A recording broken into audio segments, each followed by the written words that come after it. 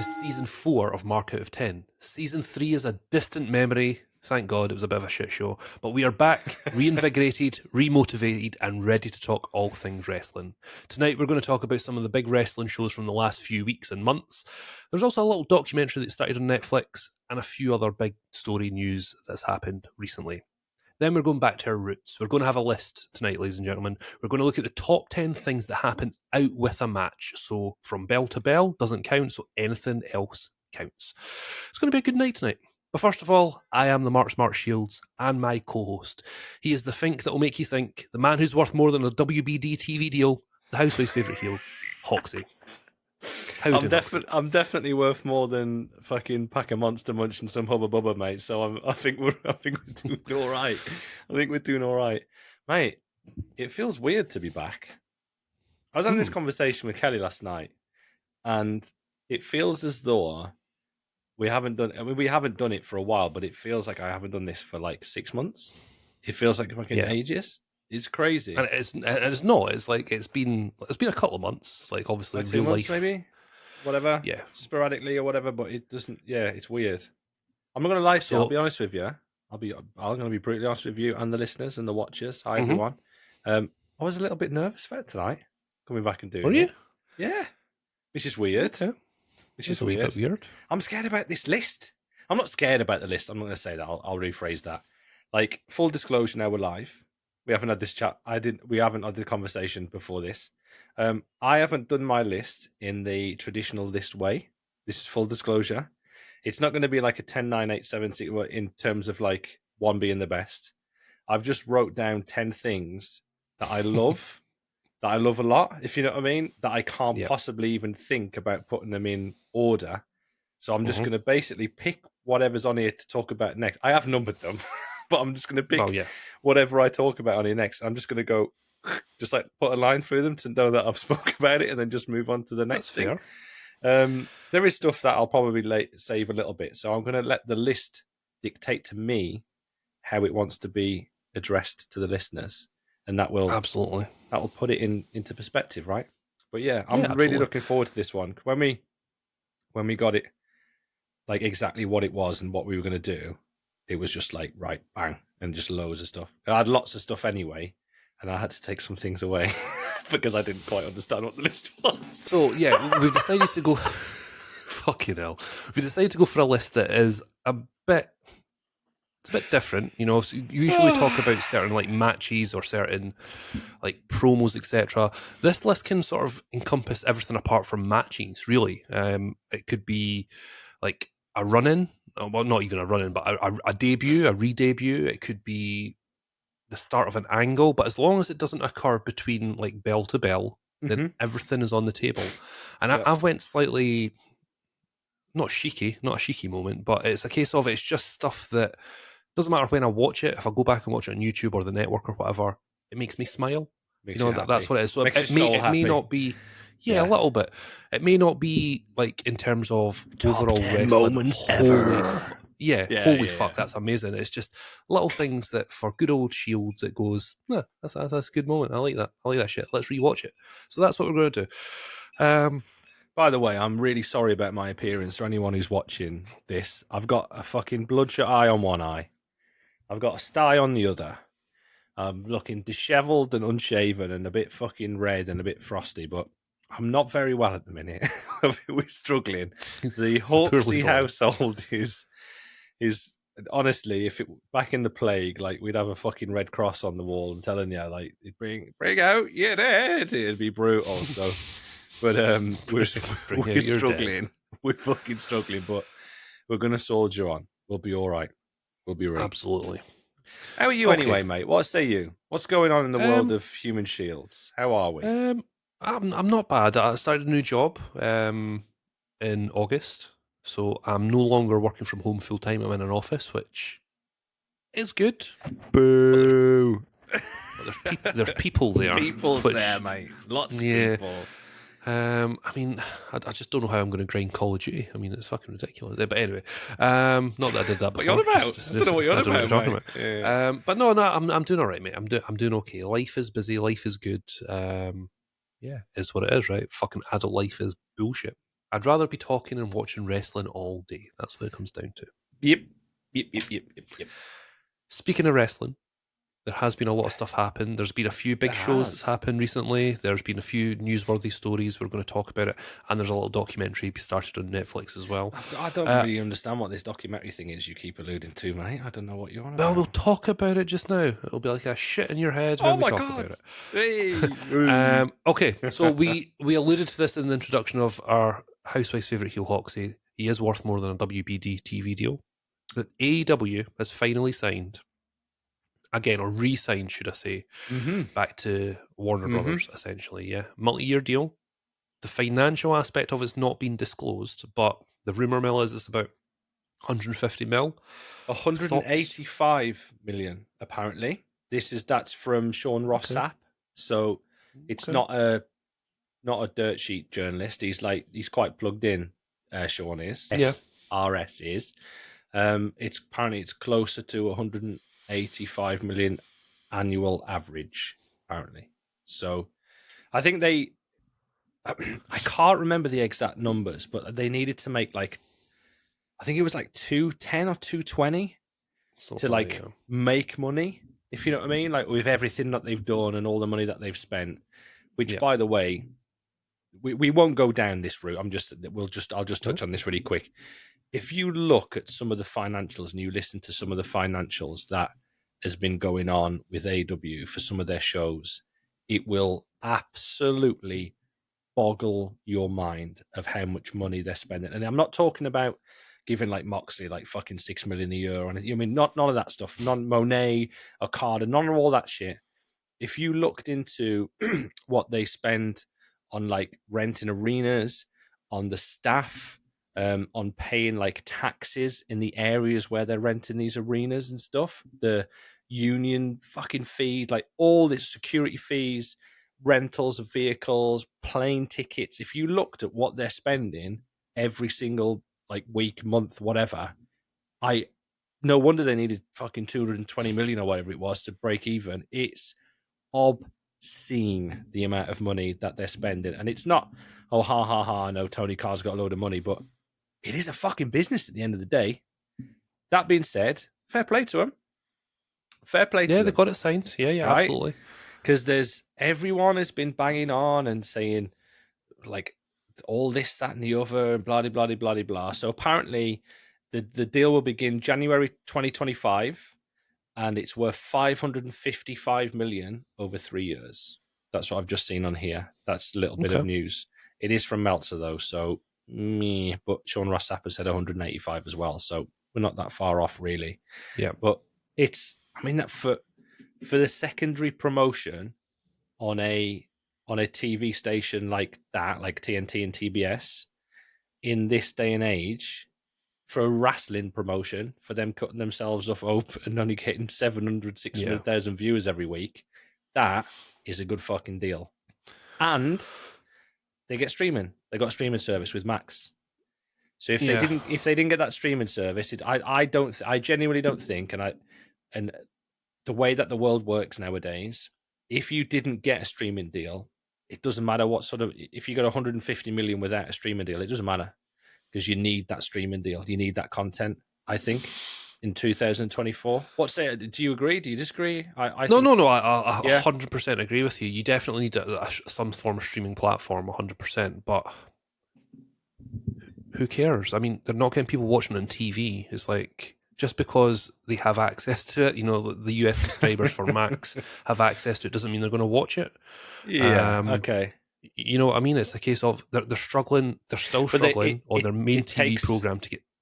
it takes away their need for their traditional um, pay-per-view service, which it doesn't work nowadays for wrestling. So they can put their pay-per-view thing through the streaming service. So it almost work like whatever it is. What's the Peacock in America now, and obviously the WWE Network. That they will get more subscribers to that than they would do selling pay-per-views traditionally. See, I respectfully disagree. You're I gonna don't think they disagree? will. Okay. I don't think they will. Well, fuck you. I mean, what's their buy rates for the pay-per-views anyways? It's not massive It's amounts, low. right? I mean, It's low, but that's because they're like $40, $50 for a pay per view or something over there now. so again, if you think about it, so if it's 40, say $40, right? Whatever You need the four max times subscription the is, amount of three times the amount of people to buy the streaming service. they're not going to get that. And I think they will get a kickback of having that on the streaming service anyway. So it'll be like already revenue. They don't need to get 3 times the amount of subscribers onto Max to get that money back. That would be part of the deal. So you got to think their old deal was 50, 60 million a year, I think, something like that. It was nowhere near the 100 mark. I think it was like 60 million a year they were getting for their old deal. So what they're getting now is they're getting the like the internet money, if you know what I mean, which is added onto that. Does that make sense? Yeah, no, it makes sense. I explaining that? I don't know if I'm explaining. No. You're explaining it well. Yeah, I just don't Okay. think it's going to be the Monet defense. I don't think it's going to be a needle mover, to be perfectly honest. And I saw something the other night. Actually, There's no defense for Monet. We'll talk about the that Monet later. reasoning.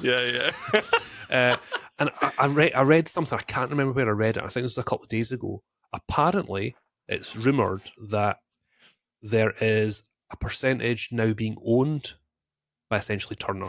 So by WBD. that was discussions throughout. That way, apparently they, as part of the agreement, was going to be that caveat. I don't think so. I don't think they would pay £185 million a year to then own 10% or 15%. I would be. I want to see. It will come out because it's Eventually, it will come out. Well, see, WBD is, but AW isn't because it's privately owned, isn't it? So I don't think it will come out. Potentially not. Whether we get it from WWE, I don't know. It'll be interesting. But there was lots of rumors that was holding it up. They wanted to own a certain part, but why? Do you think Tony Khan's going to be happy? I would be fucking ecstatic to get. Yeah, but Tony Khan's fucking mental. I would be ecstatic for the fact that I got more than I did for the last deal, because then it was better than it is now, and the viewing figures were up. I know there's loads of defenses about the fucking viewing figures and all that bullshit. Whatever. Fuck all that. You were paying 50, let's call it 60 million a year. Give it the high side, okay? Let's call it $60 million a year for 4 years or whatever. That's been bumped up now to 175. Let's lowball it. Stick it in the middle. 170 million, okay? On a product that isn't getting as bigger ratings, is critically panned like every single week, like from the people who actually know what they're talking about, like us, is getting critically panned every week. Isn't selling pay-per-views, isn't selling merch, has got loads and loads of internal issues, massive internal issues, well-documented internal issues, and you've tripled your money. I would be absolutely buzzing my tits off, because the only other option, what other option have you got? I know Swerve came out this week and said they're going to be doing stuff on Fox or whatever when WWE fuck off. You're going to see them on Fox on Friday nights or whatever, like whatever. Like there isn't other options out there now. You've got like the WB. You've got like there's still going to be NXT, because NXT's moved to CW, and NXT is going to be AEW is going to be direct competition to NXT, and NXT in my opinion is a much better product for that fan. Yes, then that's the thing. Like this is I've said this a lot of times. AEW is it's not wrestling. It is, but it's not. It's like WWE for a long time. I always used to explain it as it is a entertainment product using wrestling as the medium. Mm-hmm. Sorry, AEW was a wrestling product with an entertainment stream, like that's their outlet, is in entertainment, is on television. That's changed now. Like I said, it's a whole different thing now. AW is it's using what is kind of bits and bobs of wrestling, but they're doing their own thing. I don't know what it is. It's some blob of fucking art over there. Basically, it's the only way. It's the only pocket you can put it in now is art, because art can't be defined, can it? So that's what it is. You know what I mean? Like whatever, fucking whatever. It's over there now. To get 170 million dollars a year TV deal with streaming for a product that is worse than it was 3 years ago. It's worse now than it was before it was even a fucking thing. Yeah. So Yeah, absolutely. to triple their money in 4 years, 2020, 2019 or whatever it was, to triple their money in 4 or 5 years, fair play. Fair play to them. Wait and see what happens. It seems a very strange business decision from Warner Brothers, to be honest. I'll tell you what I don't get it. Sorry to cut you off. No. Raw started in 1993, 1994, 93, I think. Yeah. If you said to Vince in 1993 and said in 1997, we'll triple your money in 4 years, he would have snapped your hand off. I think there'll be clauses up the yazoo, because there is no way that WBD are going to accept what's going on now. The shit ratings that's going on. And they're fucking awful, right? If you look at them, we still need to do that podcast where we just go through nothing but ratings and just talk about it. Rampage is apparently getting discontinued, that sort of thing. Oh, no. It's no. devastating. I mean, how will you tell the difference? The thing is, like, how will we continue? How will I get on with my life knowing that fucking this is gone? All joking aside, like, good, but they will want more for that money. They will need content hours. They're not going to pay 180, 170 million a year for 3 hours, 2 hours worth of television on a Wednesday night. It's not going to happen. We're going to see a Ring of Honor show on a Saturday night now, or a Friday night, or whatever. Like, are we gonna finally get rid of the Bucks? Is the caveat going to mean that they can't be EVPs anymore? Oh, that'd be fucking. I'd watch it again. I'd watch it again. But yeah, I'm happy for them because it's another option. The good stuff is good. It's very few and far between at the minute, but the good stuff is good. And it just gives us something else, to talk about, and something else for us to give content on, right? Something to bitch and moan about. You know what I mean? So yeah, but fair play to them. High five. Well done. Still reckon it's expected to make them profitable, which is a good thing. It's not going to, though. But it's not. Not. Apparently, it is. Apparently, it is going to be enough to make them profitable. I don't, like I said, the magic number. I'm sure was 220, but yeah, there's no shot that's going to be profitable. It means that TK's trust fund isn't going to get dipped into as much as it has been over the last 4 years. So fair play to him. I wonder who's going to pay for Osprey getting flown over every week and flown back. I still maintain we are going to see the fall of AEW documentary. And speaking of documentary, Hoxie, we are... You still got it, mate. You still got it. So on Netflix, home of WWE Raw, as of the 6th of January 2025, Vince McMahon documentary was released. I don't believe you watched it. No? I have.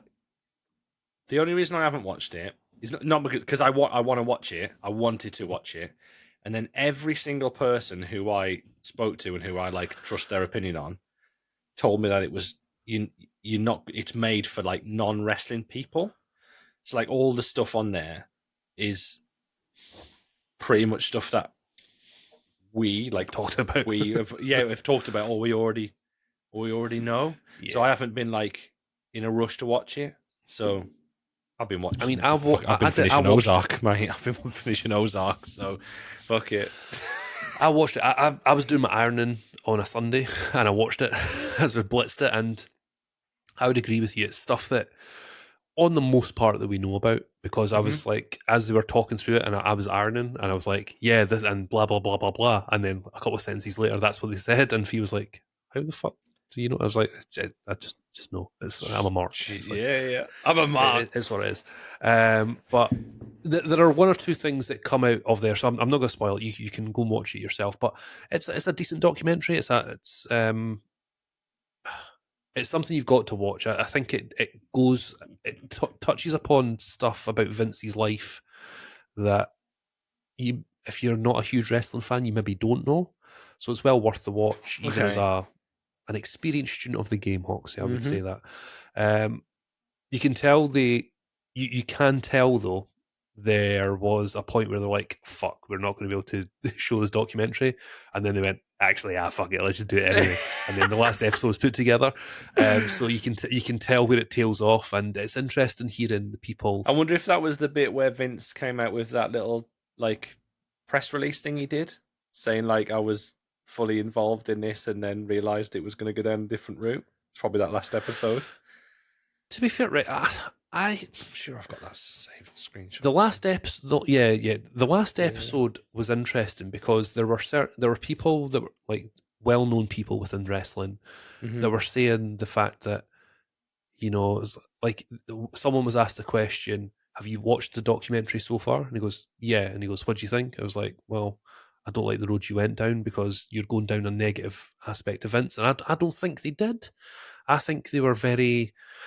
I thought it was quite Did a they fair big him up? documentary. Did they do what they do with him and suck his dick for a bit, and then like dun dun dun Jeopardy, Well, steroid trial, yeah, but Montreal Screwjob, Hulk Hogan, all the yeah, bullshit, I mean, pretty Attitude much, Era. yeah, I mean, Was it that?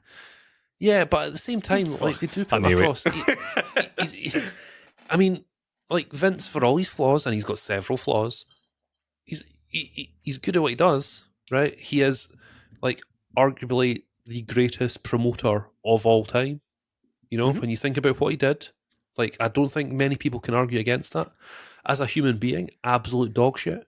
But as a wrestling promoter, As a wrestling businessman, we've had this conversation, and I understand what you mean, but I still think at the very beginning, take away his last decade in WWE, right? so in prime time, Final decisions. Prime time, Vince.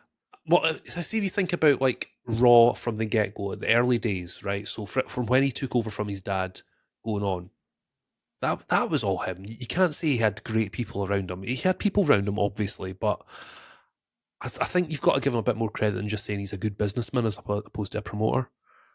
I think he's earned that accolade a little bit.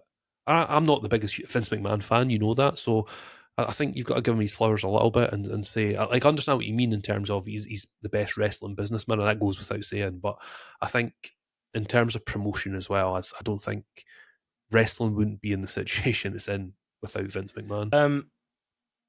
We could do another whole show on this, so I'm just gonna throw this out a little bit, and we're not gonna fall out about this at all. We're not gonna argue. Depends what you say.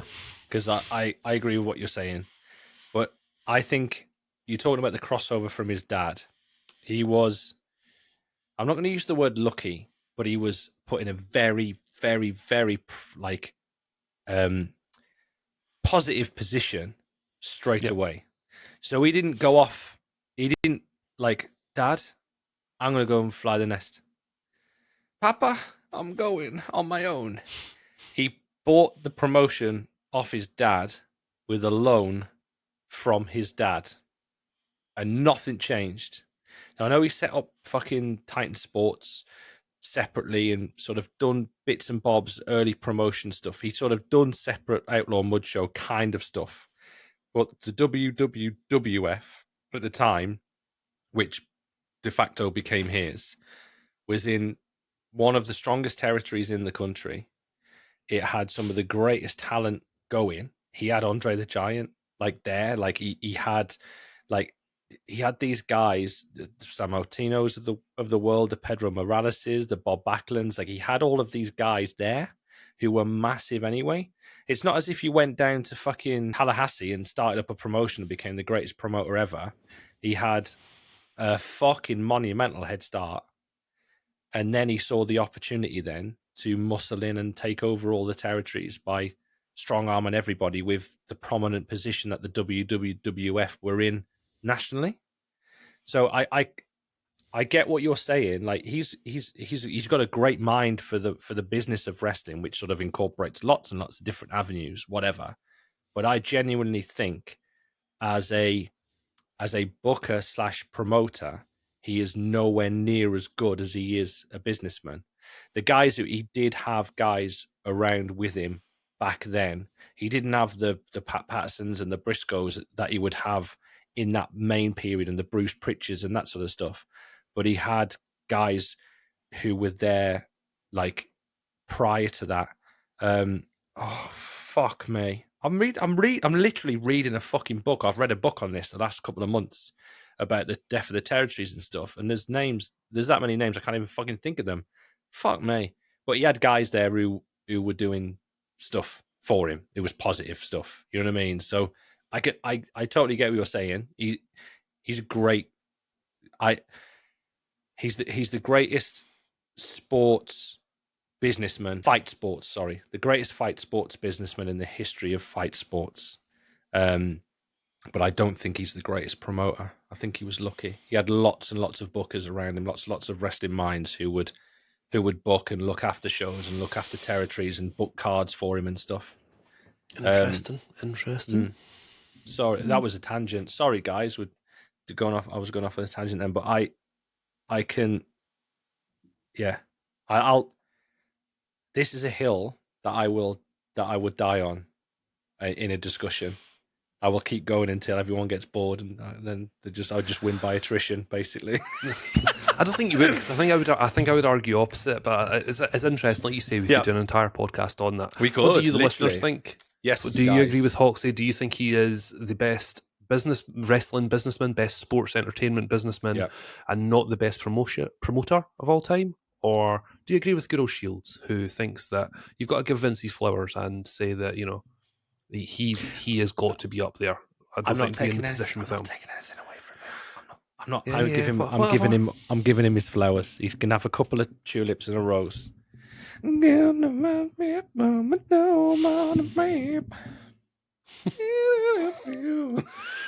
me a second. What's this? Anyway, okay. Let us know. What do you think? WrestleMark10@gmail.com. That's still there. Our Twitter's still there as well. Everything's been inactive because fucking real life takes over. But all the socials, do the thing. Go back to our back catalogue, listen to all the stuff. All the promos are on there. If you disagree or agree, please message, because I like it when people get involved in the conversation. If you're not listening on YouTube, just quickly go over to the YouTube when you get a chance and drop a little message underneath. On Spotify, there's discussion on Spotify now. There's comments and stuff on Spotify. Apparently so, yeah. So if you want to do that on there, we'll find it. Or just get involved. Have a message. We're always here. Fucking do it. Always here. Indeed. Okay, before we get onto our list, as I say, there has been a few shows that have went out, and they've been pretty decent. Well, some of them have been decent.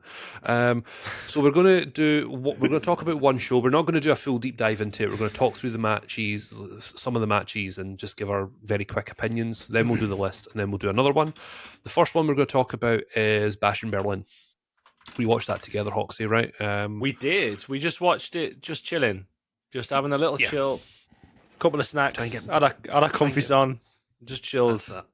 Absolutely. Lovely.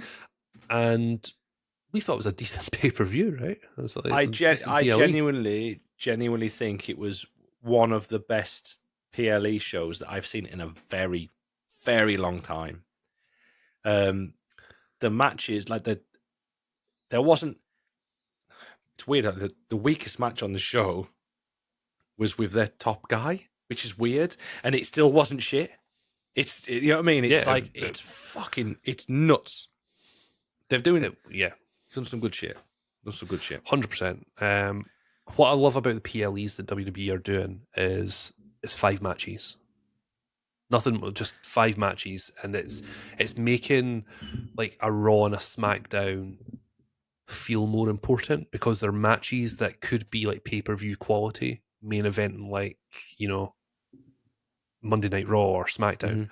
And I think that's really cool. I think it's putting real emphasis on the TV matches, which are awesome. I think Bad Blood's exact.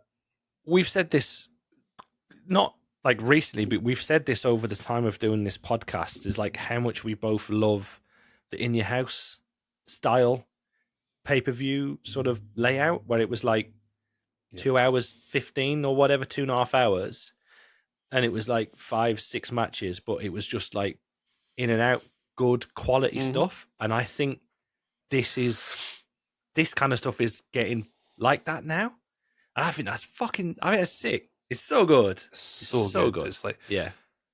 Yeah, so there were 5 matches. We watched 4 of them. We didn't watch the Bianca Jade versus Unholy Union. We didn't watch that. But first up was Cody Rhodes versus Kevin Owens. I mean, we tried to watch the finish, didn't we? Because that's probably the greatest finish of every match in the history of wrestling, maybe. Indeed, I would 100% agree. But yeah, Cody Rhodes versus Kevin Owens. For me, it was probably the weakest match. So I obviously didn't watch the second match. It was the weakest, but it was still solid. You know, again, even though we're at season 4, I still maintain Cody Rhodes should not be a babyface. it just doesn't work. We are. I'll die in that fucking hell. Honestly, normal service has been resumed after 31 minutes and 30 seconds of recording. Fuck Cody Rhodes. I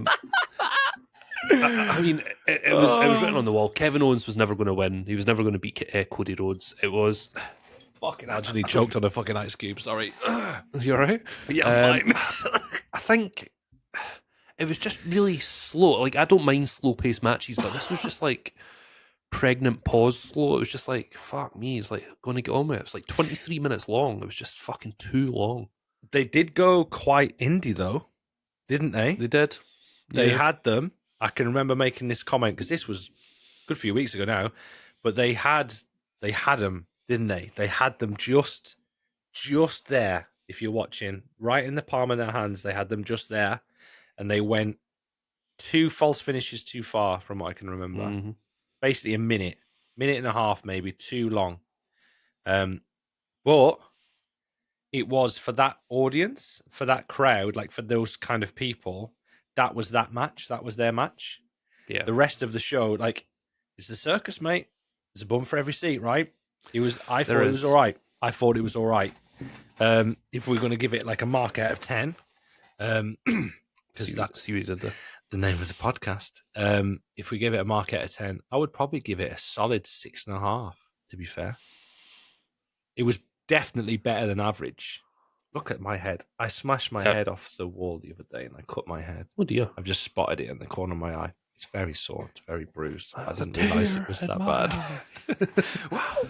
But yeah, I would give it slightly above it. I was giving it like a 5.5. Like it was good. It was just, for me, it was a nice match. I liked what they were doing, and I liked it because they were doing something different. Did you like the cut of their jib? I like the cut of the jib. I just didn't like the fact that they went a little bit too far. But that's what happens in 2024. Fuck right? Cody Rhodes. Fuck Cody Rhodes. Yeah, so it was a solid start, and then, like I say, we skipped the Bianca and Jade match. They won. We didn't skip it because it was the women's match. We'll caveat that really quickly. It's not because we don't like watching women's wrestling. It's fucking bullshit. It's wrestling to me. It's just got female combatants in it. Whatever. I don't compare it. But I just didn't have any interest in this match whatsoever. If it was, I don't know, a fucking men in a match that I didn't want to watch, we wouldn't watch it, which we have done before when we've done our reviews and our watch talk about AEW. What? But I've no interest. Sorry, no interest. Yeah, no. Go on. Sorry, absolutely. Then we went on to watch CM Punk, Drew McIntyre in the strap match.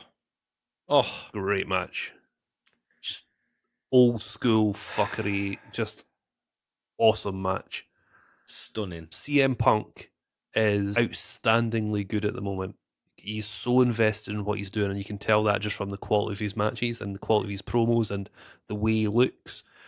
The way he looks from when he left AEW is chalk and cheese. It's ridiculous. It's crazy how happy he looks. And there's healthy, like mentally and physically healthy. Yep. And you look at WWE social medias and like you're seeing Triple H and CM Punk like laughing and joking backstage. You never have thought that a decade ago, right? It's like those. Who would have thunk it? That fucking video with Paul Rudd and whatever on there. Like, look at us. Who would have thunk it? You know what I mean? Like, it's literally what it is, isn't it? That meme. Yeah, mate. I think he is. I I think he's getting the best out of Drew as well. Not getting the best out of Drew. I think Drew's sort of been let off his leash, and he's sort of showing who he is and what he can do. And I think there isn't really many people in the WWE who would be able to sort of draw Drew up to this, if you know what I mean, to like motivate him as much. I think they're doing the best shit. They're doing so I would much say good Drew stuff. McIntyre's at the moment is probably top 5 in the business at the moment. Just the stuff he's doing is just amazing. When he was doing his stuff on social media, I don't think many people could like go above him, to be perfectly honest. I thought he was fucking outstanding. But this match was, it was like dusty booking. It's You know, territory match stuff. Yeah, it was dusty booking of a strap match. That's what it came across as. And you know, for me, it was probably it was definitely one of the best matches of that card, and one of the best matches of the night. Fucking so good. Yeah, Punk obviously defeated him, but the angle continues, and obviously it's going on to Bad Blood, where they're going in Hell in a Cell. And some of the Punk's promos, by the way, for Hell in the Cell has been fucking phenomenal. Also, I want to touch upon, just before you, sorry, I'm going to cut you off, WWE social media just now. I've showed you the TikTok. I was literally just about to say that. Yeah. On you go. How good is that? No, you crack on. You crack on. Yeah. If you haven't seen it, go follow the WWE TikTok, right? And there's a bit, there's one particular TikTok where CM Punk is talking in the middle of the ring, and it's like a down view, isn't it? It's like a top-down view. Yeah, it's top-down view, and like it pans to the right, and it continues on his promo, but there's like cuts to different Monday Night Raws, and then with what he's talking about. It's like the subtitles on the screen, isn't it? And he's talking about what happened, and it goes to the incredible side of the screen. Yeah, it's fucking, the edit on that is quality. Really good. Chef's kiss. Really good. Yeah, fair play to him. Yeah, the reins are off, aren't they? For like everyone, like the talent, they just feel more like free and expressive. Like even Michael, like the commentary team, like just Michael having conversations. Really good. Pat McAfee and Michael Cole, and even Corey Graves. Like Corey Graves is trying to like keep it together sometimes. It's usually Cole who's doing that. Like it's like Corey Graves has turned into like the straight guy. It's fucking brilliant. Like the production team, like everybody, directors, like social media, the actual talent themselves, just their daily lives, what they put on social media, the discussions they're having, like stuff they say, everything's just freer, and it makes sanitizing something in any walk of life, whether it's work, whether it's like something you enjoy doing, whether it's television, whatever, music, whatever. If you sanitize something, that it sucks the joy out of it, doesn't it? That's where the joy comes from. The joy comes from what you enjoy. But you know what I mean? Like you take all of that away, all of those little bits together might be like 2%. But when you put them all back together, it's like 10, 15, 20% better. And that's a lot. Yeah. You know what I mean? Absolutely. That's a big improvement. Yeah. Love it. 100%. Good shit. So yeah, Punk and Drew, for me, I would give it a solid 8. I would give it a solid 8 out of 10. Really good match. And the story of the match, it was a strap match as well. Like just old school territory booking. They done it in a sensible way as well. They didn't change like the gimmick. It was like, we need to hit all 4 corners, and they done the spot where like Drew hit it carrying Punk, and then like Punk would hit the net, like hit the same one, and like I love that. I'm not a massive strap match fan. I'm not a huge gimmick match fan, if I'm honest with you. Like I think we've probably spoke about this before. I don't really like that sort of thing, but like it was good. He had the one with MJF in AEW, didn't he? And that was good. That was better than this one, but this one was still really good. So, up there, yeah. I don't know if the listeners or the watchers or whatever, but I've put my recording screen on my main screen now. I was thinking I've been watching. I look over here all the time when I'm speaking to you, and it's the complete opposite side of the camera. So I've swapped my screens around now. So I'm looking at you on my main screen, which is a little bit more towards the camera. So I don't have to move a bit more open, Hoxie. Yes, exactly. Nice. Yeah, my body language. I'm all splayed out. I'll get my leg up on the desk in a minute. Run away. But yeah, good shit. Good shit. Mixed tag after this, wasn't it? It Yep. was the mixed tag, so it was the Terror Twins, Damian Priest and Rhea Ripley versus I the love that Judgment name, by Day. the way. Terror Twins are good. It's class, isn't it? It's class. So good. Dude, Dirty Dom fucking and Damien Liv. Priest is like 40 odd years old, 45 or Mm-hmm. something. What the fuck? Absolutely. He's like Diamond Dallas Page getting his shot like as he hit that age. Yeah. He hides it well, though. I mean, he looks Yeah, good for he it. does. He looks good. He does look good. And this match I thought was really good. I thought, again, giving kudos to like Dominic and Liv, they played like the Yeah. smaller guys really well. Like they were bumping like fuck, which was great. Yeah. It's just so Proper good. shit-eating heel stuff as well, which, like, Dominic is... I see a lot of, especially early on, not like really early on, but like early on with his sort of Dirty Dom thing, like Twitter and stuff was shitting on him like a lot. They don't get it. People who shit on No. Dominic Mysterio they really don't get what he is. And it's been so good. You can tell. I don't know this for sure or whatever, but I think that he's worked really, really closely with Bruce Pritchard in the sort of creation of this like persona. Yeah, this I'm not going to say character because I think it's a bit of an extension of him because it's very natural. A lot of it seems very natural. And to be fair, I'd make it as natural as possible if I was fucking rubbing toes with Rhea and Liv, but it's one of them. I just think he's really good. He's really good. Out of those, Rhea's superstar, absolute megastar. We've said this before, she'll be in Hollywood, whatever.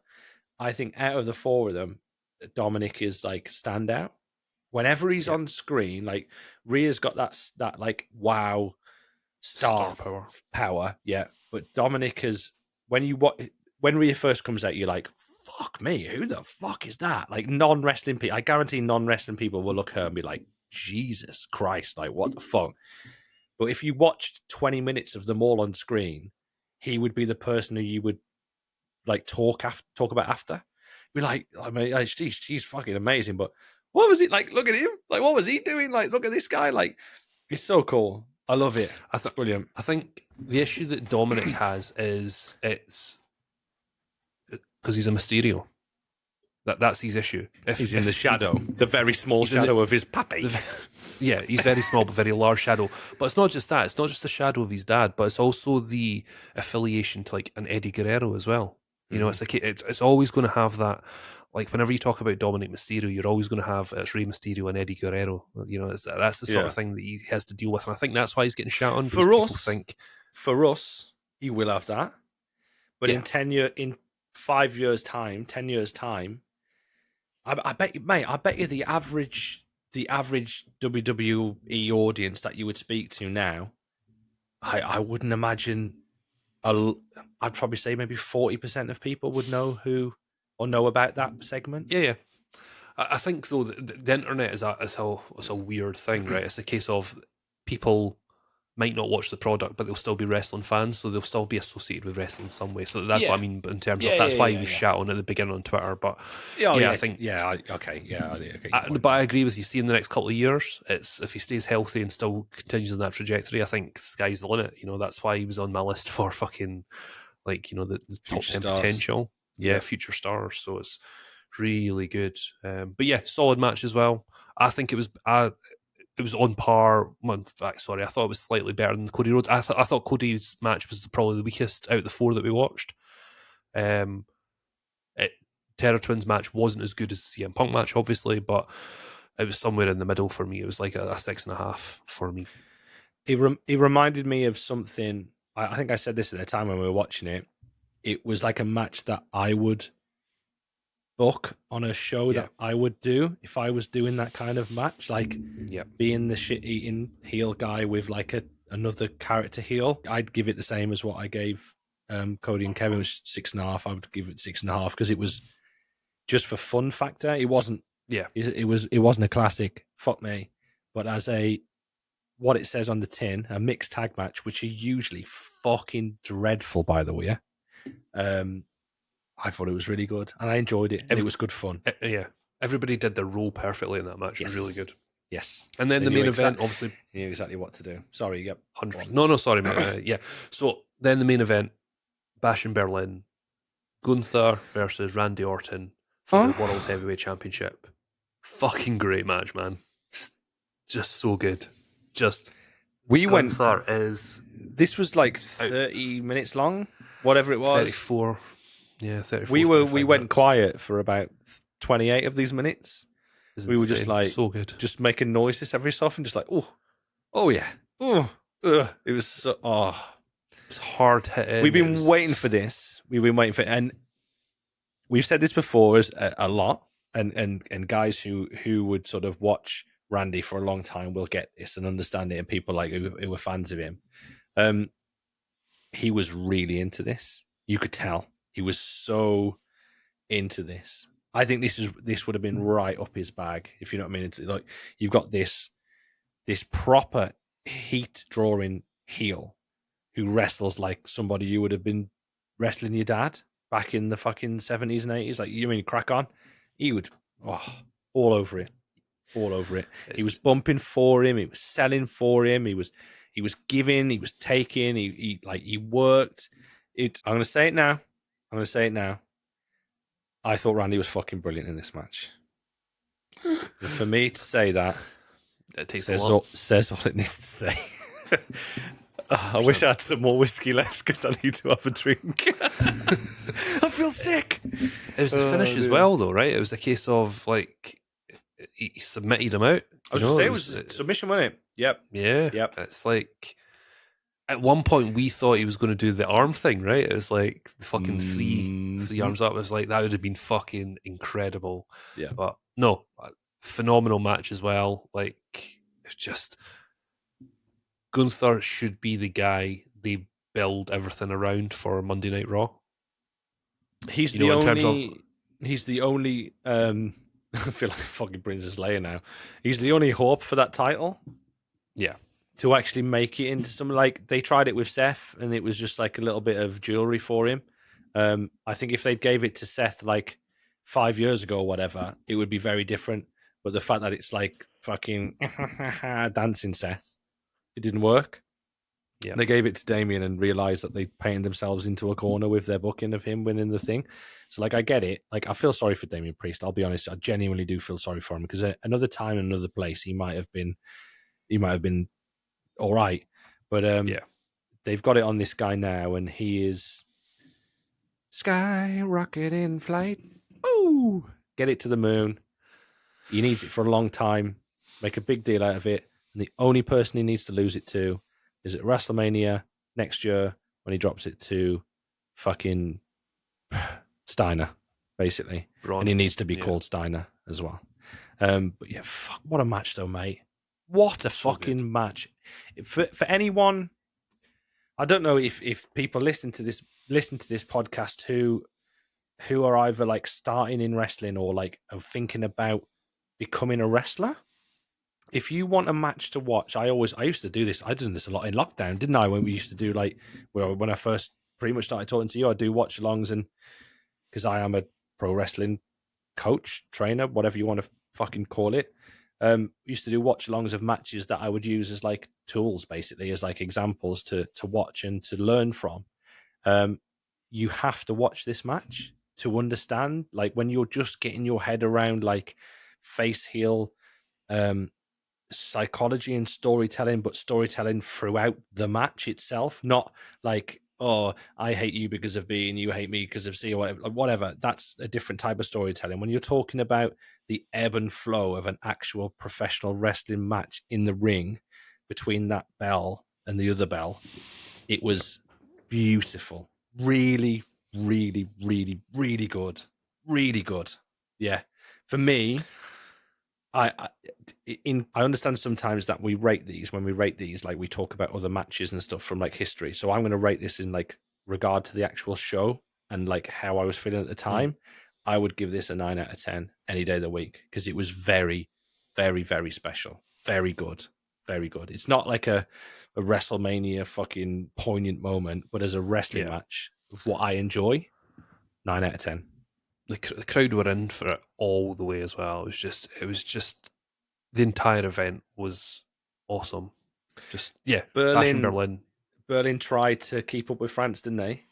Mm, With was it Lyon that they done it in? yeah, Yeah, they tried to like, come on, then let's have it. It reminded me of like an NXT UK crowd when I've been to see like the main shows, like the pay-per-view shows, the takeover shows. Fucking great, really good. Fair play, loved it. 5 matches, mate, and yeah, in and out, no messing. Great, so good. Yeah, really, really good. Definitely highlight that particular match. But remember, Hoxie, we couldn't have that on our list because it was a match, and our list is going to be involving anything out with bell to bell. So we're going to go on to our list just now. Top 10 moments, things that we enjoy that are not involved within a match. So I'm looking forward to this one, Hoxie boy. I'm looking forward to it. I am as Sorry, well. just I digress. I want to go Okay, back a stage. You were saying about 5 matches. Apparently, CM Punk versus Drew McIntyre at Bad Blood is going to open Bad Blood. interesting. I feel sorry for the fucking match that's following that. Got to Though. follow Jesus. that. That's what do you think? Get it round you, like get it right round you, or whatever. Like that'll be one of them.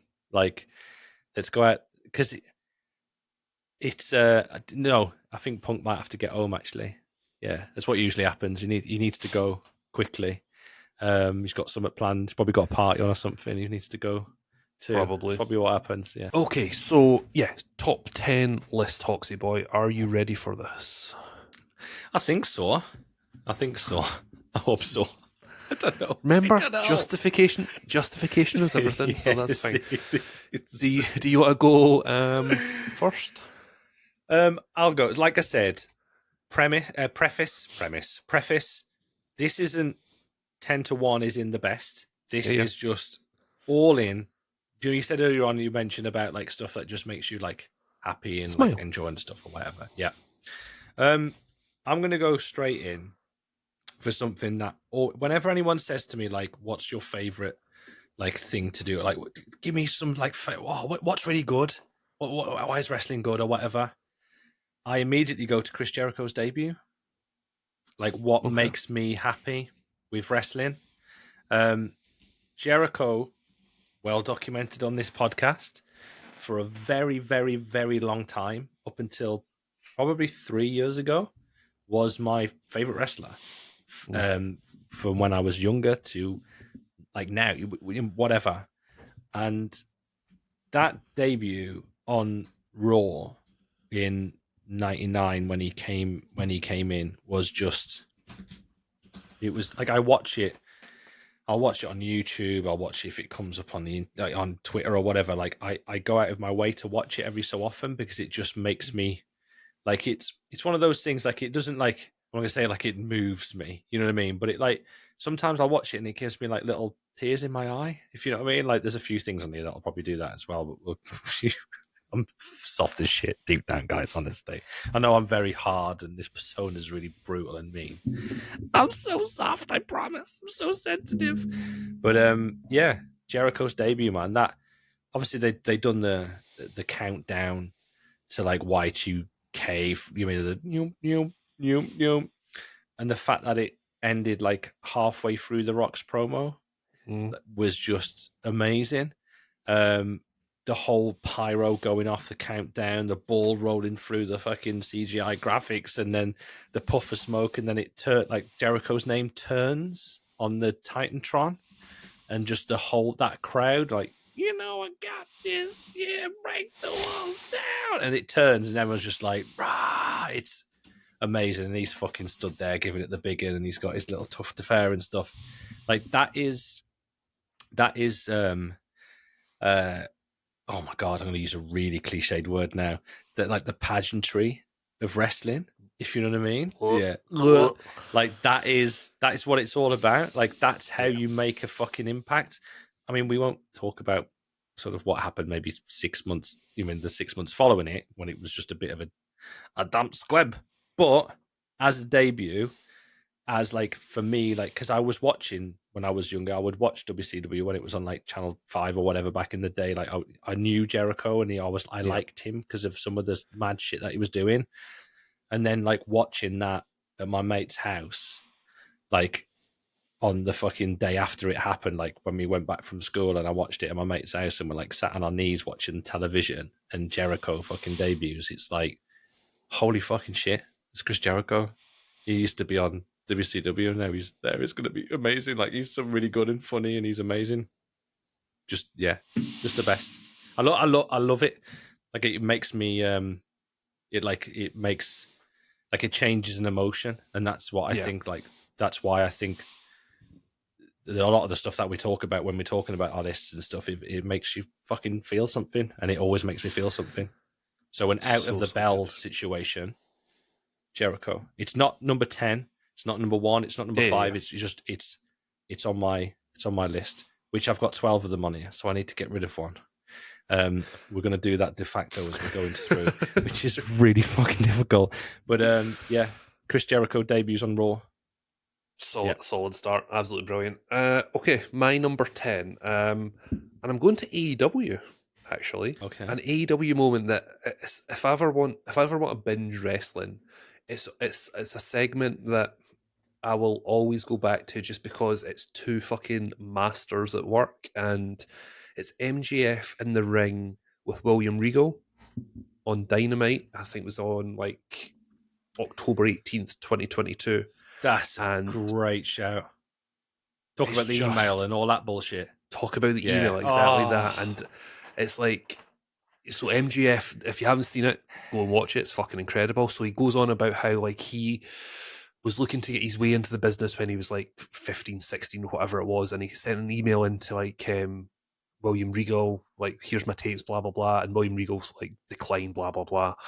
Um, and MGF was like, I worked hard, blah blah. He kept on going on and on, and then it turns to William Regal and he goes, if that's all it took to light the fire underneath you, it's like you've had it lucky, you've had easy, sunshine.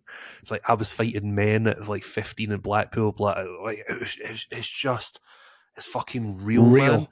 It's fucking real. And then he has a line where it's like, what is it? I'm an old fashioned villain, or it's something along those lines. It's like that's what William Regal calls himself. He goes, anybody that steps in these ropes is fair game, but I would never lay my hand on a person like Mr. Shivani. It's like it's just everything you want in a segment.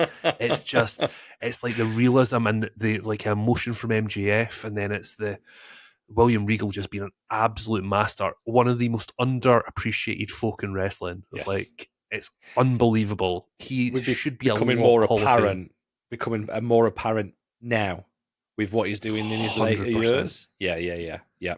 It's like, honestly, it's one of the first things in AEW. I shit on AEW a lot, but they have like little nuggets of absolute perfection in wrestling, and this is one of them. And it's when it's good, it's great, right? How good MGF is and how good William Regal is. It's just pure gold. It's just, you have to go and watch it. 2022. That's 2 years ago since they had fucking something good. Ridiculous. Do you know what, mate? Until you said that, like, if you'd like mentioned it, I would have been like, yeah, but like I sort of forgot about it. Really? If you know what I mean? Yeah. So yeah, that's my number 10. MGF promo with William Regal. Fucking quality stuff. Great shit. My number Great 9. Stuff. Yep. Go on. So obviously, if you haven't watched the Market of 10 or listened to Market of 10 before, we go down the list like from 10 to 1. Hoxie started, so I do the next 2, and then it goes to Hoxie for 2 and vice versa till we get to 1. My number 9 is another sort of promo segment between two people, and it's the one where Paul Heyman shoots on Vince McMahon. Again, if I'm wanting to binge in wrestling, it's real life, right? It's like Paul Heyman is a master of being able to blur between what is real and what's a shoot and what's a work. He's fucking phenomenal at it. And this promo is just fucking good because Vince McMahon doesn't say anything. He just stands there and stands takes down. Yeah. He just like, come at me, and it's like, you took the blood of Hulk Hogan and built Titan Towers. You took the smile of Shawn Michaels and bought a jet. It's like, it's just, everything is so fucking good. And then he goes and turns to like Taz and he goes, that man used to be a killer, and now he's not even like the second best comment. Heyman is just He is my favourite on the mic of all time. He's just fucking so good. He makes you believe it. He, as I say, it was a worked shoot, right? It was like that is one of those things that you've got to say it is. And if None you of that would have been scripted, would it? None of that would have been scripted.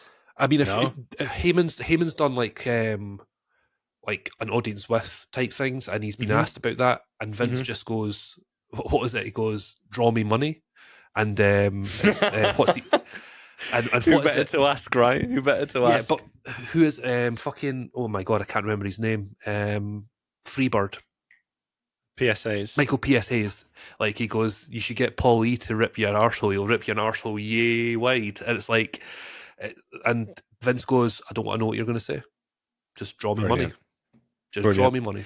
Did I ever say he's the greatest promoter ever? Did I mention that to you guys? No, see, and up until they were going out the curtain, Paul goes, "Do you want to know what I'm going to say?" And one of the things that Heyman broke the cardinal rule, because one of Vince's cardinal rules was no one was allowed to mention Vince McMahon Sr., and he did in that promo. Like, so Wow. he referred was to that his one dad. of his little weird things, was it? Yeah, that was what he's quite. You're not allowed to mention Vince McMahon. Wow. Yeah, you're not allowed to mention Vince McMahon Sr., and that was one of the I first bet he weren't things that bothered, Heyman though, did. was he? I bet he weren't that bothered at all. He saw the reaction in the crowd, and for all his flaws, draw me money. He said, "Draw me money," and he fucking did. And it was just it's one again. When it's good, it's fucking great, and that is a great segment piece. Again, if you haven't seen it, go and watch it. Paul Heyman shooting on Vince McMahon, fucking brilliant, because everything he says is true. Yep. You took the blood of Hulk Hogan, you built Titan Towers, you took the smile of Shawn Michaels, issues, got a jet. Draw money. Yep, absolutely. A tale as old as time. So yes, that's my number 9. Good Over shit. to you, Hoxie boy. That's good shit. Solid start. Yeah, mate.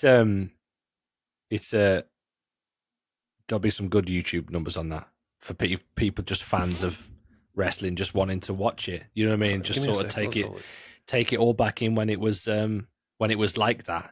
You know what I mean? Yeah. So MGF William Regal has 1.3 million views. Wow! Let's have a look. Paul Heyman. Is that on AEW's own YouTube channel as well? Yeah, and they only uploaded about a year ago, so because they were shoots. Probably want it. Fuck being the elite. Paul Heyman's Pipebomb. Oh no, that's not the official one. So it's split over so many different ones. Jesus, like it's just 151,000 views, 98,000 views, 312,000 views. Yeah, just it's you've got to watch wanted to go back and watch it, right? Yeah, 100%. Oh my god, I've just thought of another thing for my list that Shit. Are we allowed to change something, even though we've started it? I mean, I may have done already. So fuck. We're peeking behind the curtain here, guys. It's like we don't know. We're not editing this out. So. We don't. You genuinely. No. Oh, what are you going to remove, Hoxie boy? Hoxie's doing his list. Remember, wrestlemark10@gmail.com. You can also tweet us out, comment on our YouTube channel. It's going to be great. This one's coming off. We'll see. We'll tell. I don't know what to do. I can't think of anything. Right, that's coming off. I'm panicking. I'm going to lose my job. We're looking for a new presenter of Mark Out of 10 with Shields. Right, come on, fuckwit. Come on, let's go. Right. Number 9. Number 9. Okay. Once again, this isn't in order. In order. I'm just going to spitball here. I'm just going to pick one. Okay. CM Punk sitting on the edge of the barrier, following the Money in the Bank match, and blowing a kiss to Vince McMahon. And it qualifies because it was after the bell. It was after the 100%. Bell. 100%. It's a culmination of Is that the end? The peak, the end of all of that amazing shit that happened. The pipe bomb segment, like the ice build, cream bars. Just the build, the shooting with Paul and Phil, like just all of that mad shit. That whole period of time being built and built and built and built, fighting against the man, a little ode to the screw job with fucking Vince coming down and getting Johnny Laurinaitis to come and try and ring the bell and all that bullshit. And then just for him to, like, obviously the build, the contract ending and all that sort of stuff, and him just blowing the kiss and fucking off into the crowd and literally getting into a taxi outside of the venue and going straight home and leaving the belt in his fridge. Like I, at the time, I was a huge CM Punk fan then. Obviously, since we've done this podcast, I think I've said this before. I don't think I've realized how much of a CM Punk fan I am overall now. Like generally. And when I think about that, and I watch that match every so often, I'll stick it on the network or whatever every couple of months, and I'll watch. I won't watch the pay-per-view. I'll just watch that match in Chicago with that crowd, with Cena just being perfect, and every single person being perfect, and just the ending. That's the icing on the cake. Is that kiss goodbye? If you know what I mean. I'm getting big goosebumps just like thinking about it now. It's in an era that was, that was 2013, man. That's like 11 years ago, which freaks me out when I think about that. But in an era where it wasn't that kind of time.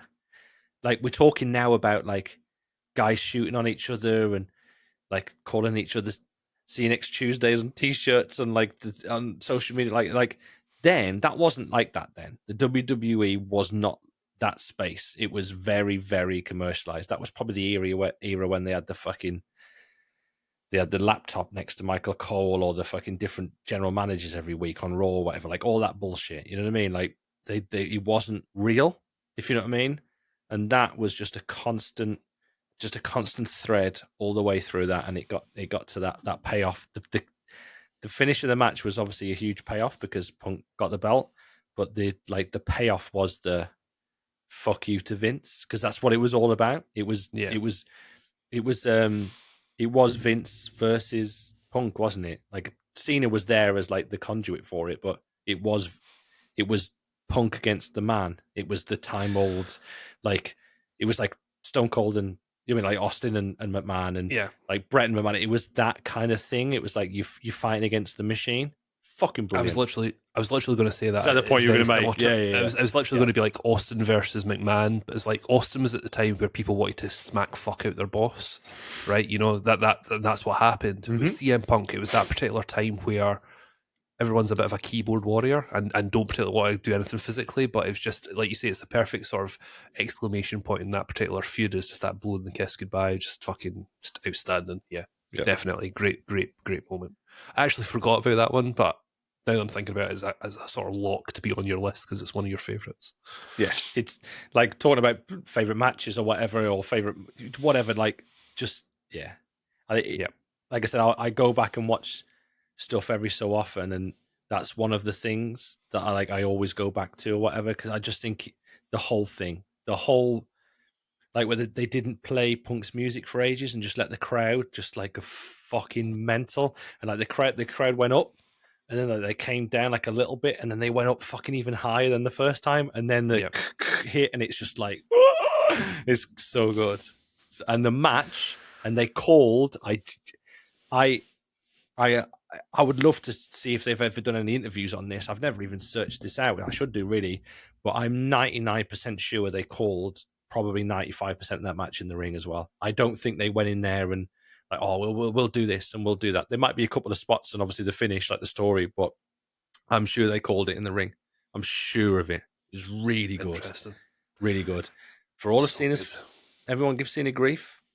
You look at all the good shit that's ever been done in WWE since he was there, and he's involved in most of it. So yeah, just saying. But yeah, Punk kissing VKM. Bye, bitch. Yeah. Okay, my number, whatever. Like, just the next on 9. The list. Yeah. Number 8 for you, next on your list. Right. I'm going to throw this out there. You're going to be like, eh? And there might be some listeners who will be listening to this, or people watching this, who'll go, what? Like, you said it's not involved in the match, or there's not between bell to bell? Okay. Fucking wait a minute. The next one I'm going to talk about is Foley getting yeeted off the fucking Hell in the Cell in 1998. at King of the Ring. Okay. Because it didn't happen. Didn't happen. The match hadn't started. In the match hadn't started. Okay. So there we go. Yeah, I'll give you that. Yeah. I'm happy you're already there. That's fine. Mm-hmm. Because they got on the top of the fucking the match doesn't straight start away. until you get in the ring. So they went straight up to the cage and you got yeeted off. When you think about, like, for me as a wrestling fan then, like when I would have been like what 10, 11 years old or something. Mm-hmm. Seeing that once again, like we didn't have Sky when I was a kid. We never had any. I've spoke about this before. We never had Sky. All the stuff that I watched was always at my mate's house. Like everything would get recorded. Like it was always on a Sunday. We always had school on a Monday. Everything would get recorded. And the first thing I would do, I would go to my mate's house at the time, whoever it was, where I lived at the time, or when I moved away from where I lived, whatever. We would always go to my mate's house and watch it on the Monday. And I can remember watching it. I'm pretty sure I had like chicken dippers for the first time in my life watching this fucking match. Genuinely, it's fucking weird. But I can remember like, what the you know what I mean? Like, what the fuck? Like, what the fuck is going on? Just mad shit. And when you go back and watch it now, I think it was like late last year or whatever. I think I've recorded it, fucking WhatsApp to you when I was watching it on my TV. Just like, what the fuck? You know what I mean? Like, even now, it's mental. It's mental. You're a massive Taker, Mark. I know this. I like Undertaker. I'm a massive Foley Mark. You like Foley. Like, it's gonna. You know what I mean, anyone mentions any two of those people's names, that's the kind of stuff that's gonna pop into your head when you're talking about it.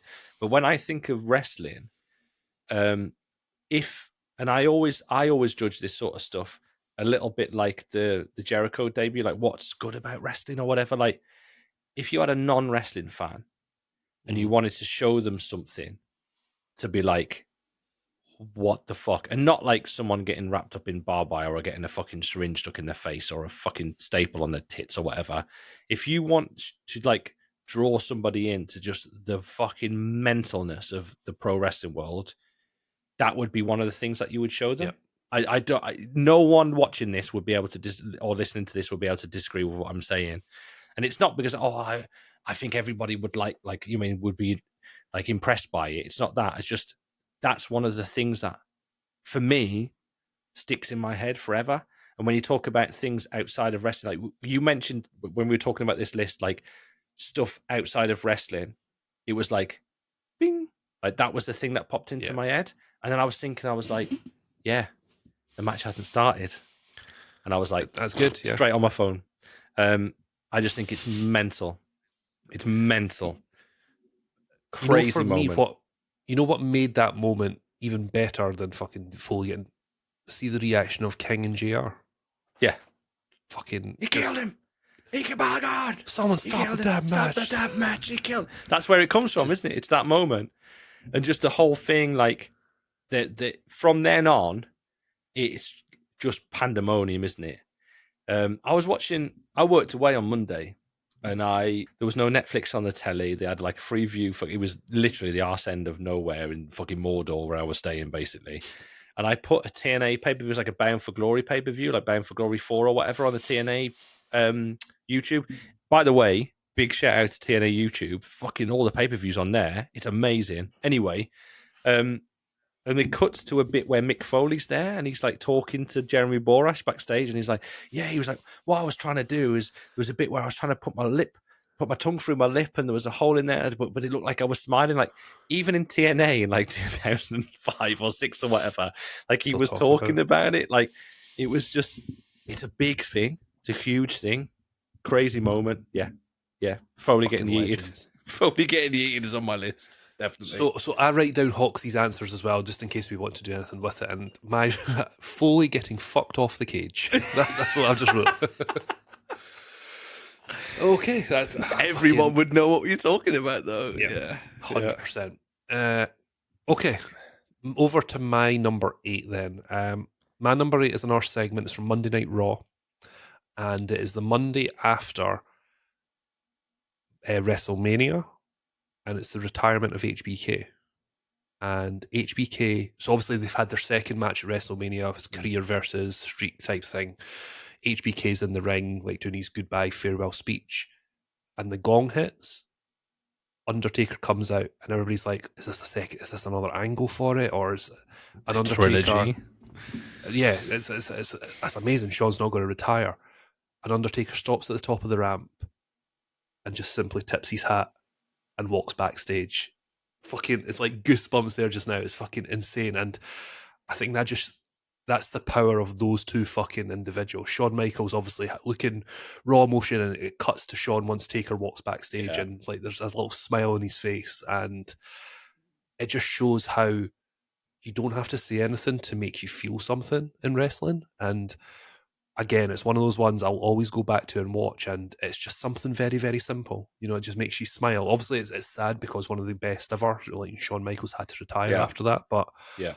it was just the ultimate respect, but it still protected Taker's character because he had the ultimate respect for Shawn Michaels after he had those two amazing matches with the HBK. And like I say, it was just the gong hits, the music, the Undertaker music. You can just see it happening just now.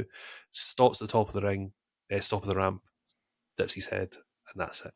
Just pure class, absolute outstanding. And yeah, it had to be on the list. I love Undertaker, I love HBK, and just that moment is just fucking so good. It's another one. It's another one of those things where I haven't thought about, or I hadn't thought about, but like now you're saying it, it's like yeah. Because I mean those two matches, like obviously those back to back matches. I mean The there second isn't. match, you didn't think it could get better than the first one, and it did. It was just, Yeah. it was so good.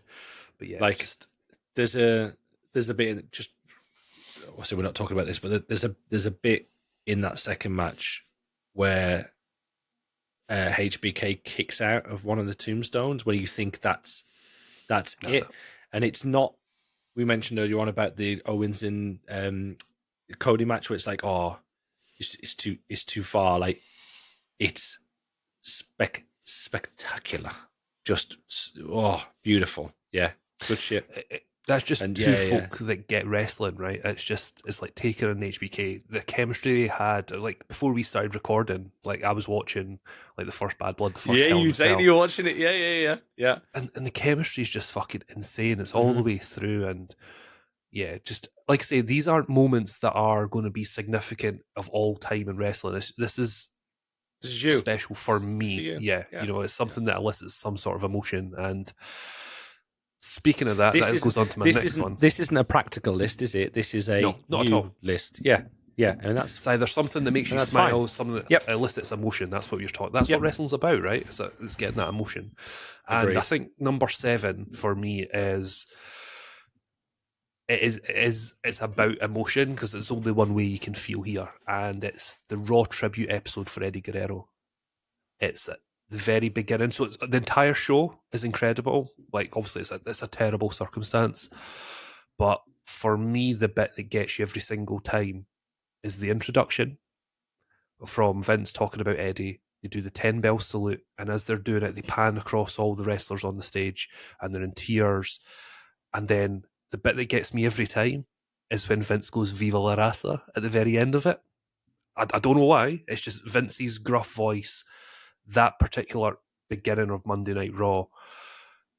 It just, again, it's goosebumps probably for the wrong reasons, but it's like, it's such a tragic loss for Eddie Guerrero. It's such a tragic loss so early in life. You just imagine the shit he could be doing just now, even still. It's frightening to think.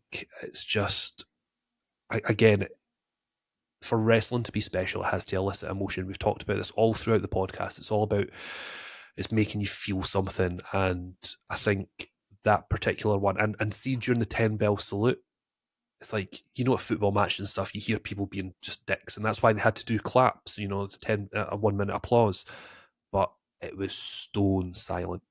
It was the bell, and that was even more chilling and eerie. It was a fucking phenomenal moment. Again, a horrible, tragic moment, but it was just a phenomenal moment and showed everything that is good about wrestling for such a horrible thing that happened. It just, yeah, just fucking so good. Because obviously you had the Owen Hart tribute beforehand, but Mm-hmm. I don't think I didn't have the same connection. Seems again quite cheesy, but it wasn't the same connection that I had with Eddie that I had for Owen. You know what I mean? So it's I different. think the Owen thing was sort of held back a little bit as well because of the relationship with Martha and all that sort of stuff. So it wasn't as big of a thing as it Yeah, probably should have been. been. Yeah, Yeah, so it's but yeah, different circumstances. But like, you were talking about like if Eddie was here now, imagine if they had the Ray and Ray and Dominic match at WrestleMania, and Dominic came like with his handcuffs on at the back of the van. You know what I mean, like the police van or correctional facility van or whatever. Eddie was still alive. Imagine Eddie breaking Dominic out of jail I was and just thinking that, yeah. driving into the fucking Lowrider. arena on a lowrider that he's just like, or picked him up outside the fucking jail. Like, I mean, Ray's not there. Ray's not your dad. He comes out of that fucking jail, door opens, and he walks out, and he sees like his pappy, and he's Yeah, like, fucking, you know what I mean, whatever, viva la fucking rats, and they get in the fucking car and drive into the sunset. Like, that would have been fucking epic. And I do not say that word ever because I think it's fucking cheesy as fuck. But that would have been unreal. Yeah. Sorry, just going off on a tangent there. no. You're absolutely fine. That's what it's about. And yeah, yeah. like I said, the It's Viva going to La be Raza fucking from Vince amazing. Yeah. again. Go and watch it. I don't know what it is to this day. It's like, Do you know what, man? it's I genuinely, crazy. I've probably only ever saw that once. Genuinely, Wow. and I've probably only ever saw it once on like a highlighted video on YouTube. I wouldn't have watched it live because that was in like the period of, like some stuff I've gone back and watched. Do you know what I mean? Like some of the episodes or whatever. But I genuinely don't think I've ever watched that like start to finish. I might have to go out. I'm gonna make a note. Yeah, I think I'll make a note definitely of go and watch it. But I that. think What that do you know? again, What what's like? really Yeah, Eddie episodes. Yeah, Eddie tribute, yeah, Eddie Raw yeah. tribute. You'll find it. But I think that's what's really cool with this particular list because it's about things that catch you Resonation as an with you. individual. Yeah. Yeah, it's about catching you as an individual, and something that you will always go back to and watch. Like like if you're feeling sad, you want to go and watch something that'll probably make you cry, and that would be one. It's like, or you want to see something that will get you sort of fired up, and there's a few different things like on my list that do that, or something that'll just make you smile, or something that'll make you do all fucking three of them. Smile, cry, and fucking like get riled up at the same time. So Yeah, that's what wrestling's all about, man. So yeah. Anyway, see, moving on. for me, as this is quite a good discussion point. Okay, so like, I don't want to like slow anything down or whatever because we're going through the list. But for me, and I think I'll wait for a minute and I'll say that statement after. It's the matches that do that for me. Not like I love a promo. Some of my favorite shit, and there's moments on here which I love. But when I like, what really gets me in that sort of place. So you're talking about like happy, sad, excited, angry, like fucking pumped or whatever. It's the match. And I think that is potentially, I don't know, people, if you're listening and you disagree with what I'm saying, I think that might be the difference between somebody who like loves wrestling and loves you've got a very good mind for booking. Genuinely, I'm gonna put you over on the podcast now. You've got a very good mind for that aspect. I'm a wrestler, like I am actually you know what I mean. So like in ring bell to bell emotions and how people feel, and trying to sort of draw that out of people and get heat. Like that's what I like. I think that might be the difference between somebody like in the ring and maybe somebody out the ring, if that makes sense. I don't know. I think I'd be a fucking great manager. I think that's the sort of thing. It's like you'd be in the ropes, but I'd be like either manager or like you say the booker type thing of it. It's like, but don't get me wrong, there are matches that do elicit fucking responses as well. But yeah, I think it's the stuff that builds up to the match that I really love. Like I love a promo package. I love the sort of the build up to the match. Like, so yeah, it's horse like different stuff for different folks, right? It's like, Yeah, like it goes. I'm not like by no That's why I means am I found this shitting on list anything or pretty. anything. You No, flew, no, that's why I found. yeah, you were Yeah, straight into this. I messaged you yeah. a few, peek behind the curtain. We didn't talk about Mm-hmm. the list. We didn't Nope. talk about the list, guys, genuinely. But I'm not going to say like I joked earlier on, like I struggled with it sort of thing. I was I was finding it hard to understand the differentiation Yeah.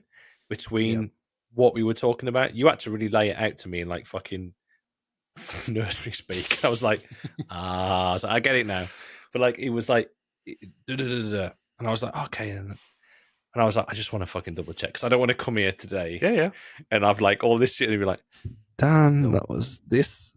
No, that was that. You know what I mean? I'll be like, what? I feel stupid. But like, I get once you explain it to me, I got it. But yeah, I just I like this stuff. There's stuff that makes me feel stuff.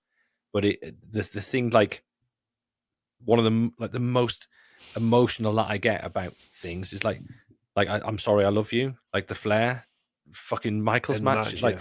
that. You mean like that kind of stuff, and like Stone Cold's pop for Mankind when he won the Yeah. belt, like that was in between. Like, that stuff, like the pops and the reactions and the builds and the gong at Mania, last XL, like just all that stuff. That's what really gets me fucking going. If you know what I mean, like this stuff gets me excited and happy and sad or whatever. But it's the ebb and flow of that story of the match. That's for me. I think, yeah. I'm having a come to Jesus moment, mate, about wrestling right now. There we go.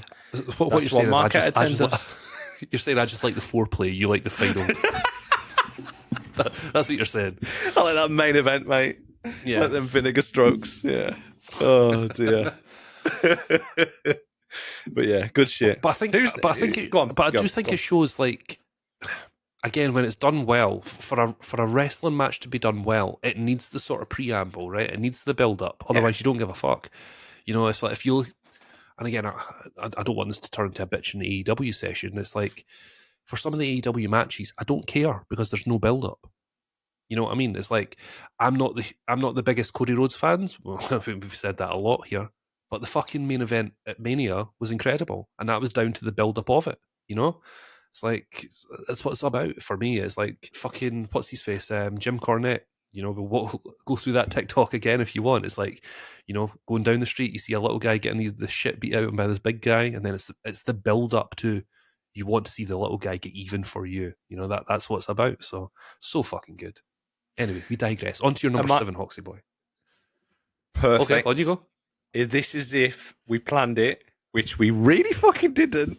This is how good we are at Market at 10. Okay, you talk about builds to a match. All Mhm. right, the greatest ever one night build in the history of wrestling ever, bar none. Don't at me. Fuck the lot of yous. Raw on the 19th of May, 2003, from Greenville, North Carolina. Flair Country, Ric Flair versus Triple H. The build of that night is one of the best out of the ring moments ever. Now, this is how it makes me feel. This is the payoff. This is the foreplay. This is the fucking lot. Everything. Okay. Stone Cold. Fuck me, Stone Cold. Triple H has just come out of Judgment Day from the pay per view the night before. He's all beat up. He's blah, blah, blah, blah. He goes to Stone Cold, who's the fucking GM or whatever at the time. I'm sure it's Stone Cold as a GM. I've beat everybody. Take it easy on me, like Steve. Like I'm beat up. I've got damn it. I mean, I'm hurt. Blah blah blah.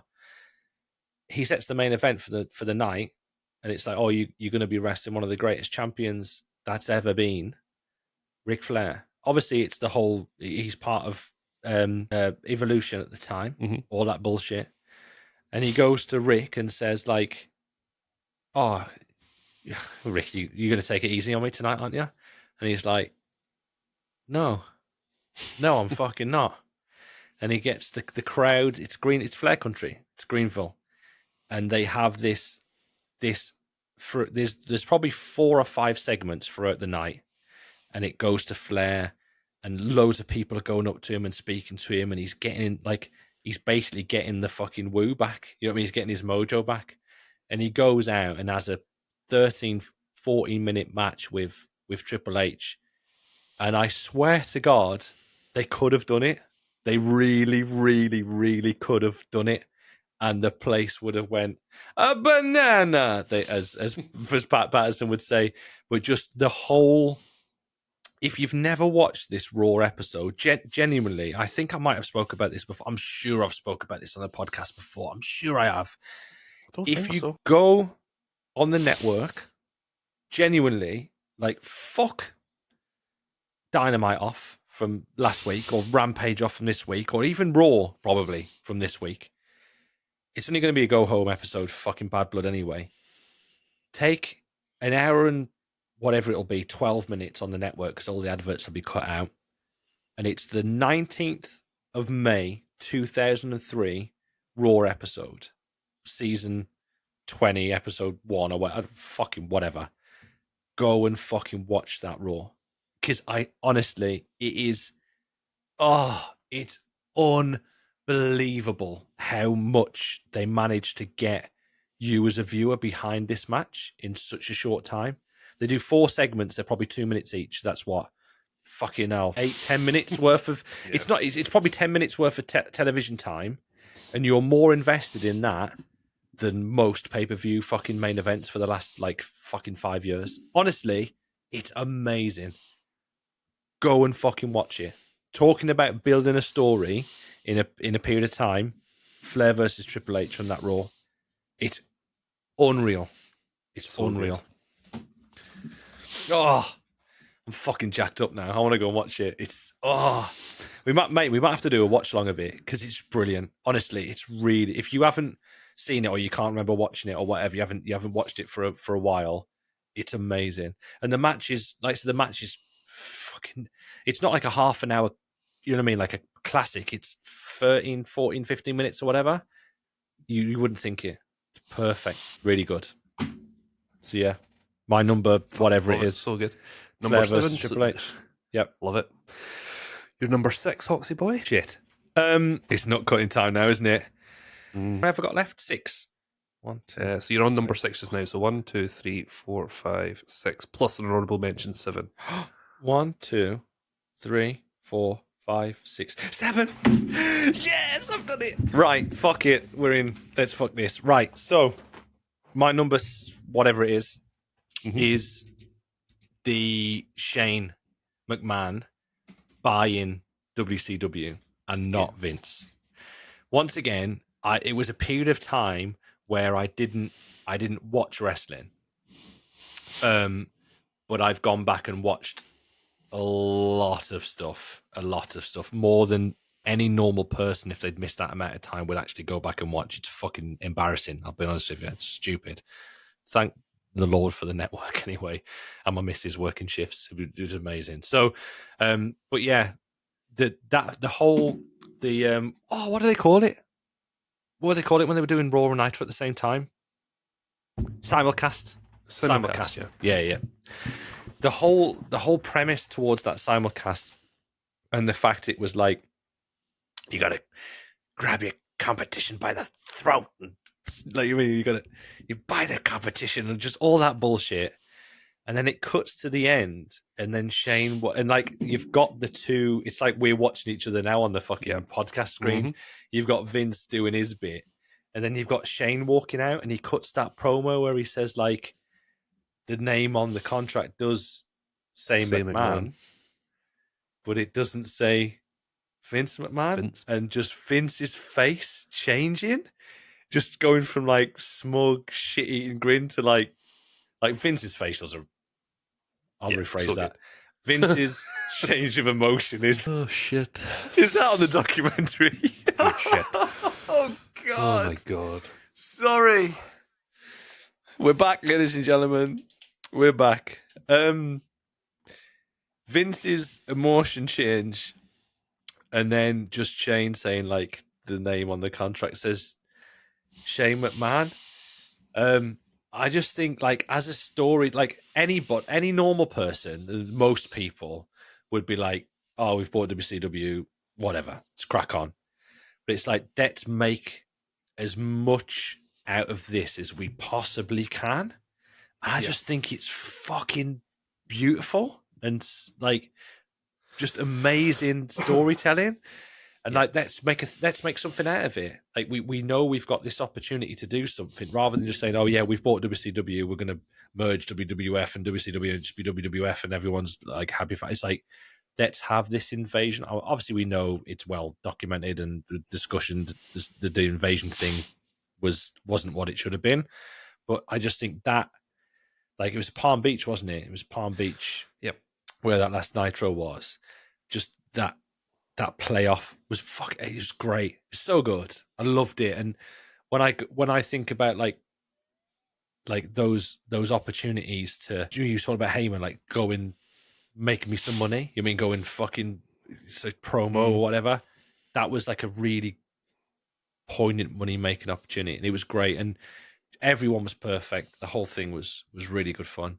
It had to get onto this list because like I like that bit, and I Yeah. mean it's quite a big moment in wrestling Huge. history. Really, it was one of the those big sort of sliding doors moments and stuff. But I love the idea. I like the business. I like the decisions behind it. Like lots and lots of things that I've read into and listened to about it. But just getting it on screen side by side as well, not like cutting from like camera to camera, just like So good. like the gulp and the what. Brilliant. Yeah. It's a shame buying WCW. It's great shit. Good shit. Love it. My number 6 actually links in slightly to that. Okay. It's a part of the Alliance angle. And again, it's something that I'll always go back and watch. And it was a Monday Night Raw. It was in Philadelphia. Can't remember the exact date, but this is after weeks of obviously Stone Cold goes home, like he joins the Alliance, etc. Mm-hmm. So Vince wants to bring back The Rock. So Vince, a couple of weeks before, I think it's on the SmackDown before, does an amazing promo to try and get The Rock back. And then in Philadelphia, that entire Raw is waiting for the Great One to return.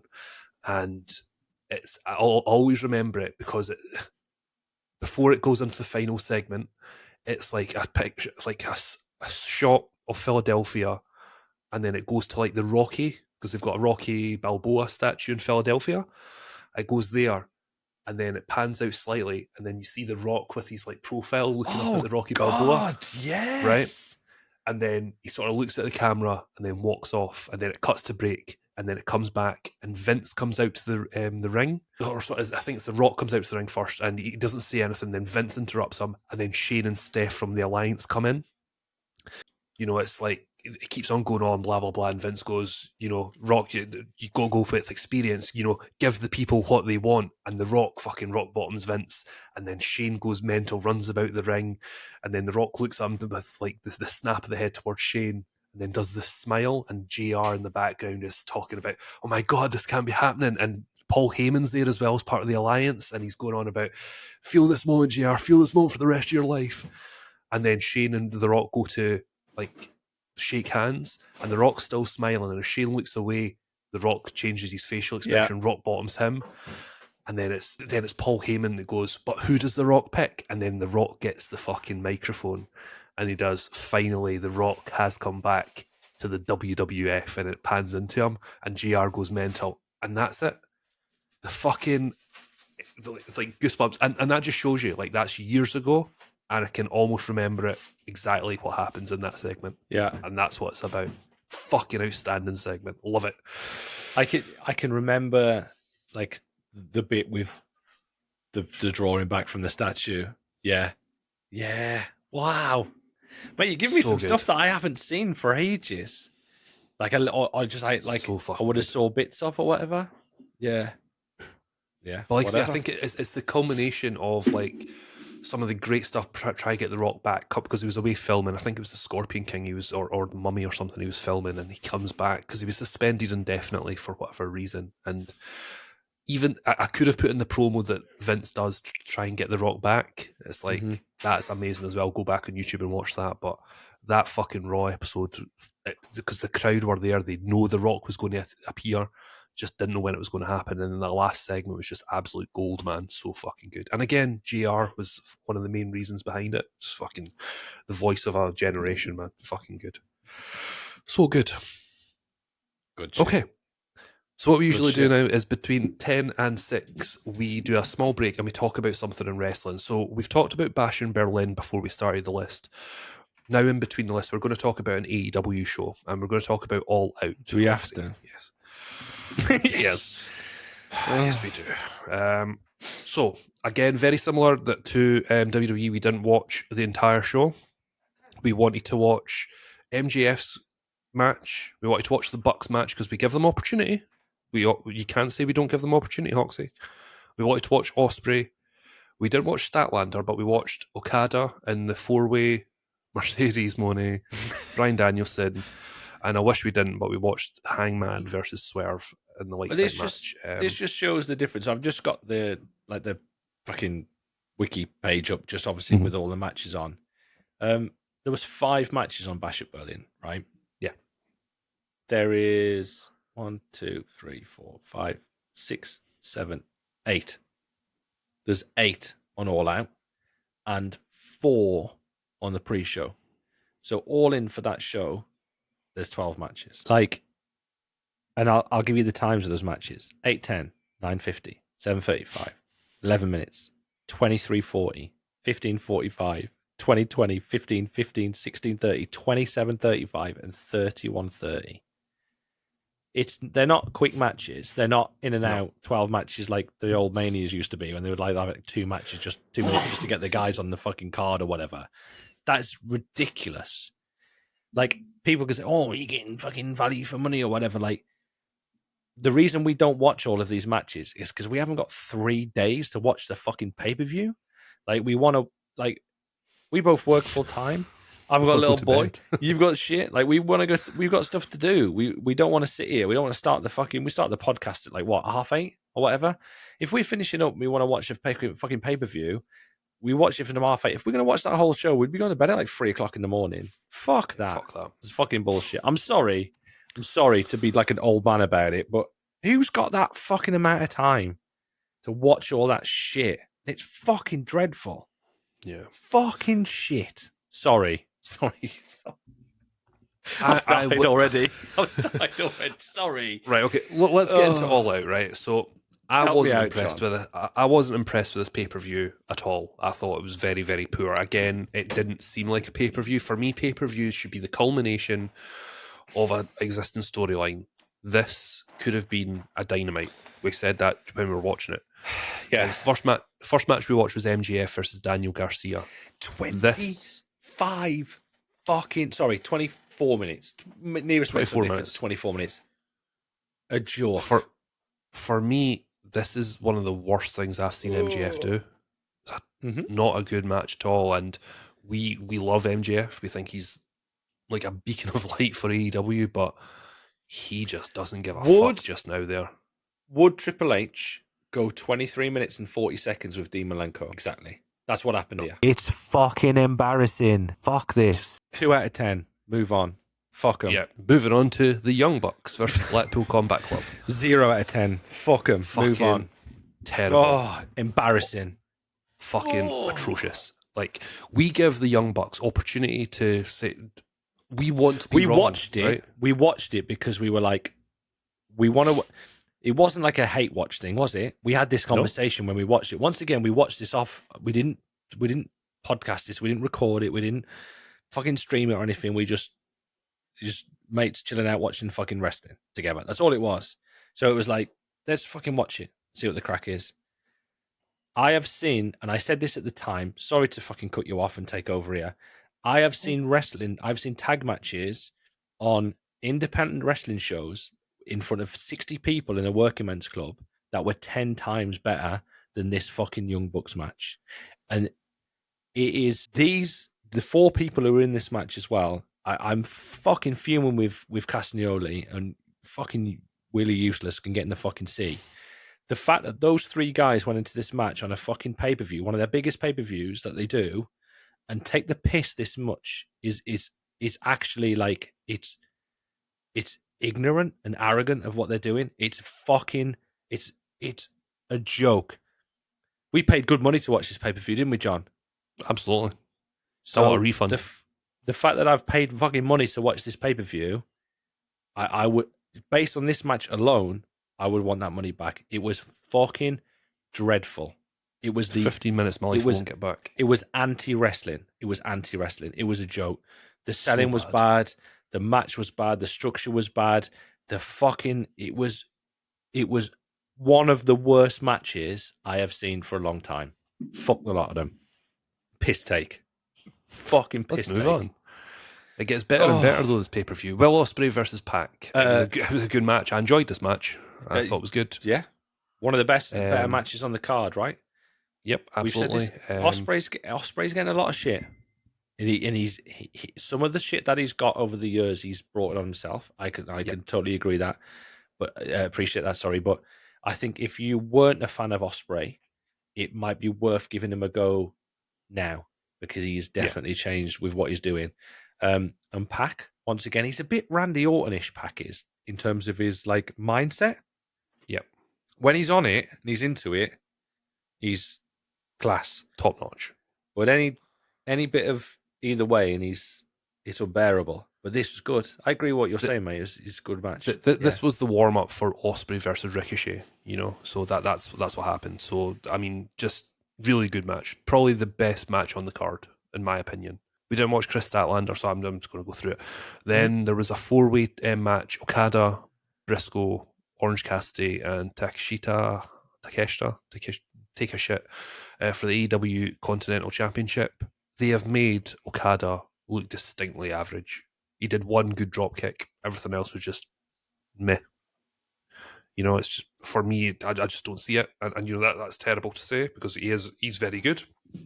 But this match was the shits as well. Didn't enjoy it. It wasn't as bad as it could have been. There was parts in this match what I thought were quite good. Overall, it was poor to average.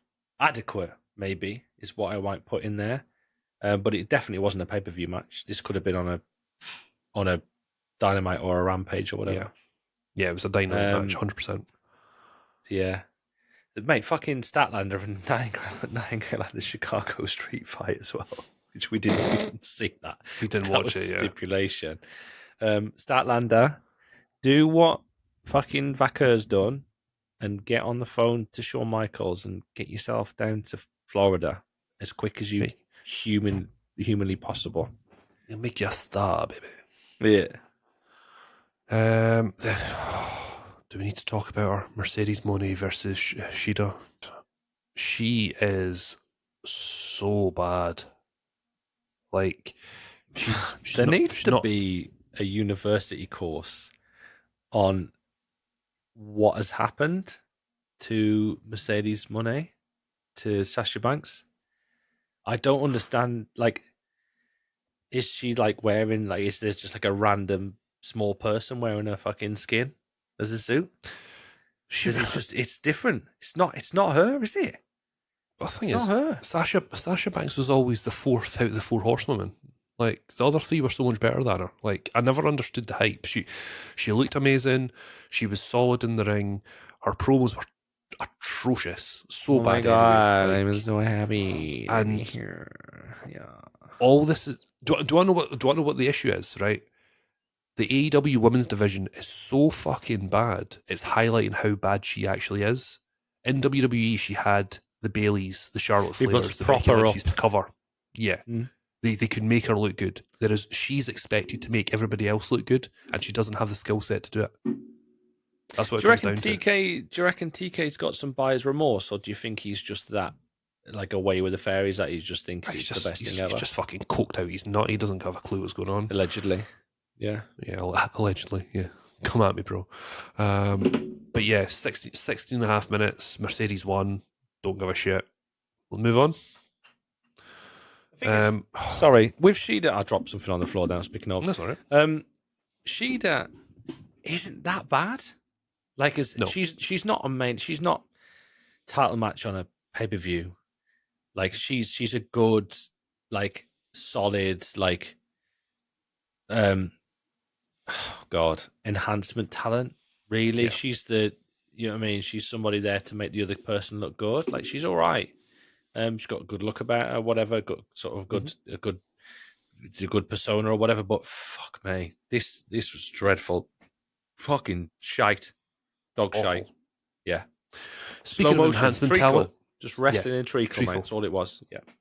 Speaking of enhancement talent, we've got Brian Danielson versus the quintessential enhancement talent, Jack Perry.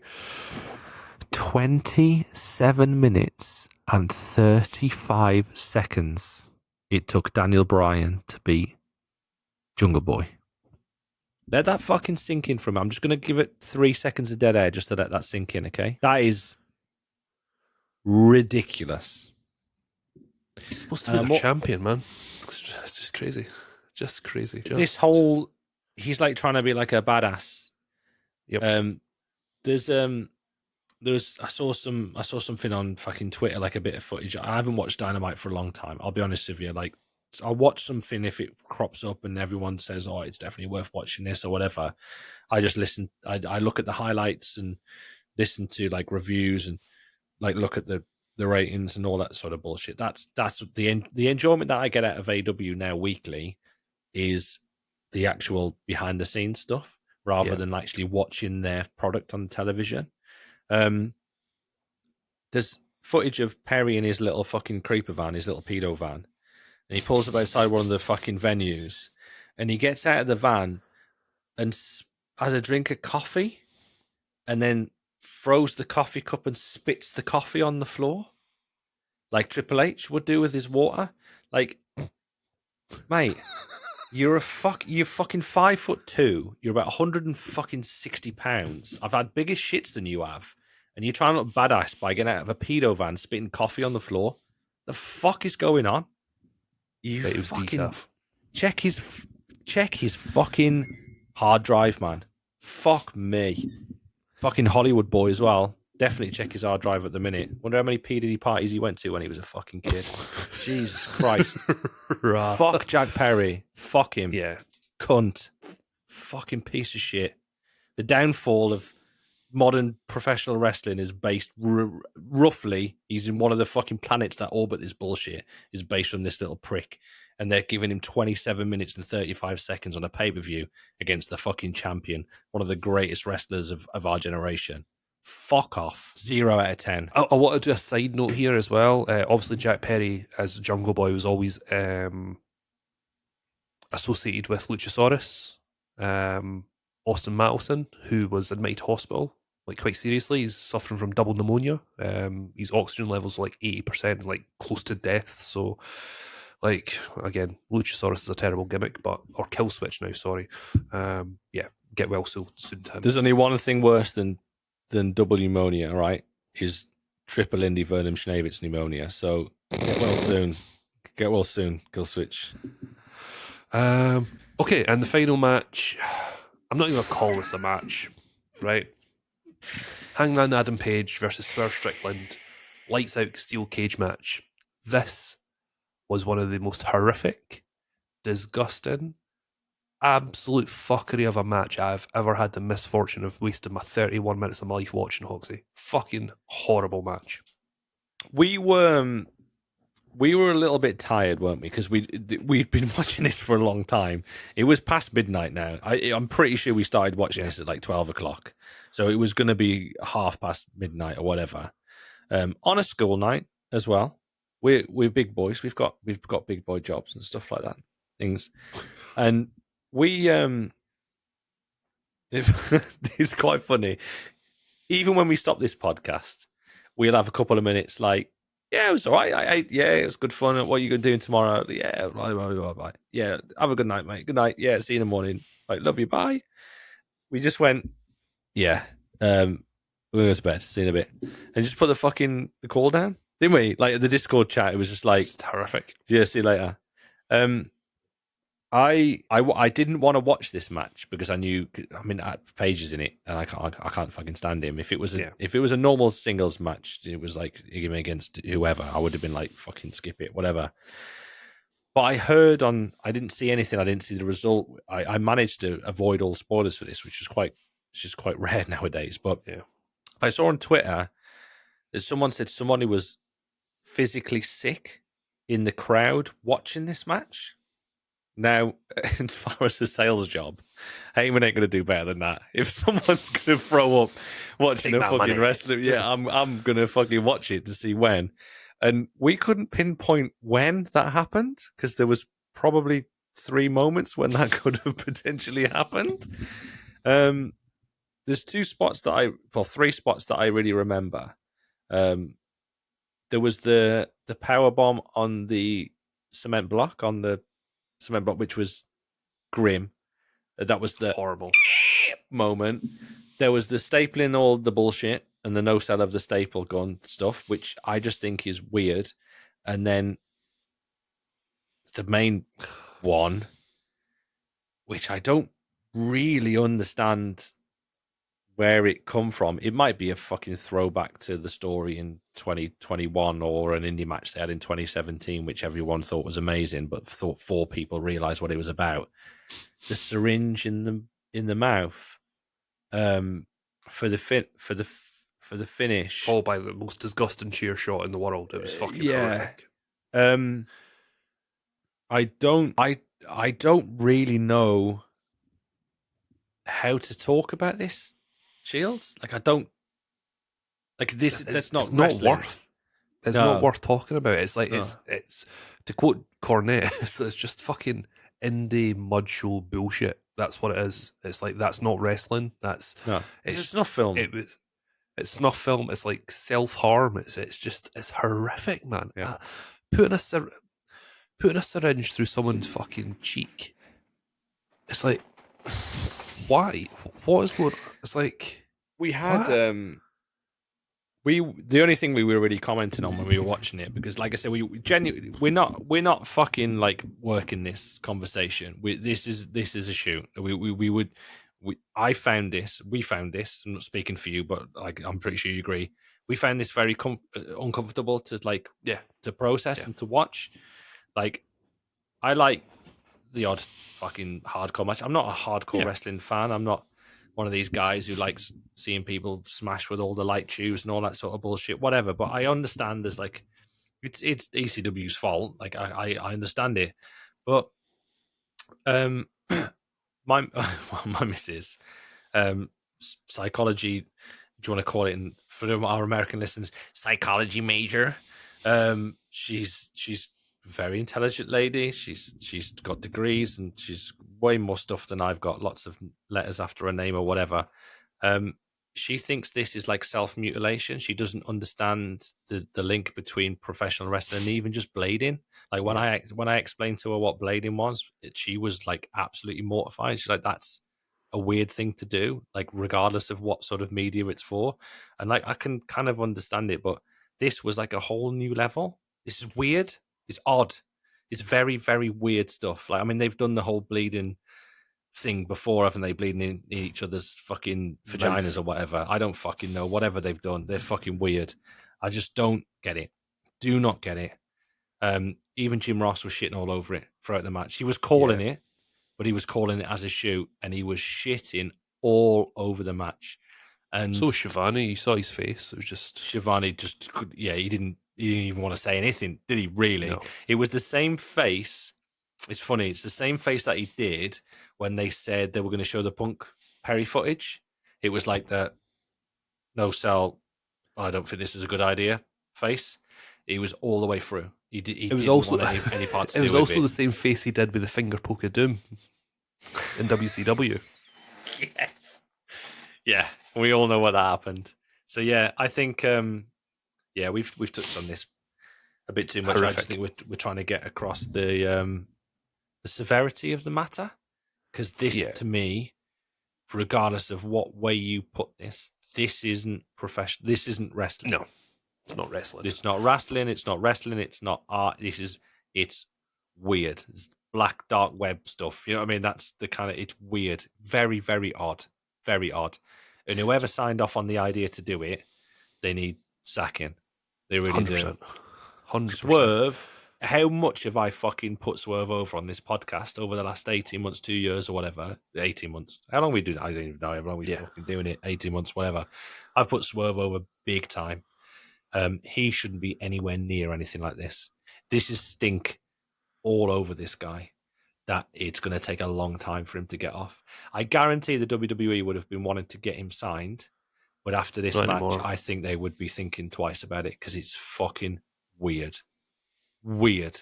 Sorry. Yeah. No, Yeah. you're Yeah. you're 100% right. And I mean, even if you take that match off the card, right, and we just analyze that, they're not in the same ballpark as WWE. It's not the same business they're in. You know, Punk said it himself. They're not in the same business. You know, it's like Bash in Berlin, 5 matches, solid pay per In view, and out. great match. Yeah. You know, that's no what you messing. want. Yep. 12 matches for All Out, and 1 match I'd maybe go back and rewatch. Pac versus Osprey. The rest of them I just didn't care about. It's just horrific. And that final match, it's ingrained in my head for all the wrong reasons. It's not good. We'll do a really, really quick. We won't go into like the whats and the whys and the ins and outs of it, but I'm just going to run through the talent who are on this card. Okay. Yeah. I'm gonna put this out to the listeners and the viewers as well. But we'll talk about this really quick. I'm gonna go through each one of these talents, and I'm gonna ask you to say yes or no, and I'll do it as well of who would make it onto a WWE pay per view. Okay. Not on NXT, not like, get him in NXT and get away. Who on this pay per view here would you be able to put into a WWE pay per view and have them be not a featured spot, but have them be on a pay per view right now? Okay. Okay. So we're just going to go for the main. We're not going to go for the pre show, whatever. Okay. MJF or Daniel Garcia. Talking about the actual match on a Not the match, just the talent. MJF, yes. Daniel Garcia, no. Yep, agreed. Young Bucks, Claudio and Yuta. No. None of them in that match. Yep. Nah. Osprey I would have and said Pac. Claudio. I would have said Claudio beforehand, but nah, that was pish. Osprey or Pac. Osprey, yes. Pac, maybe.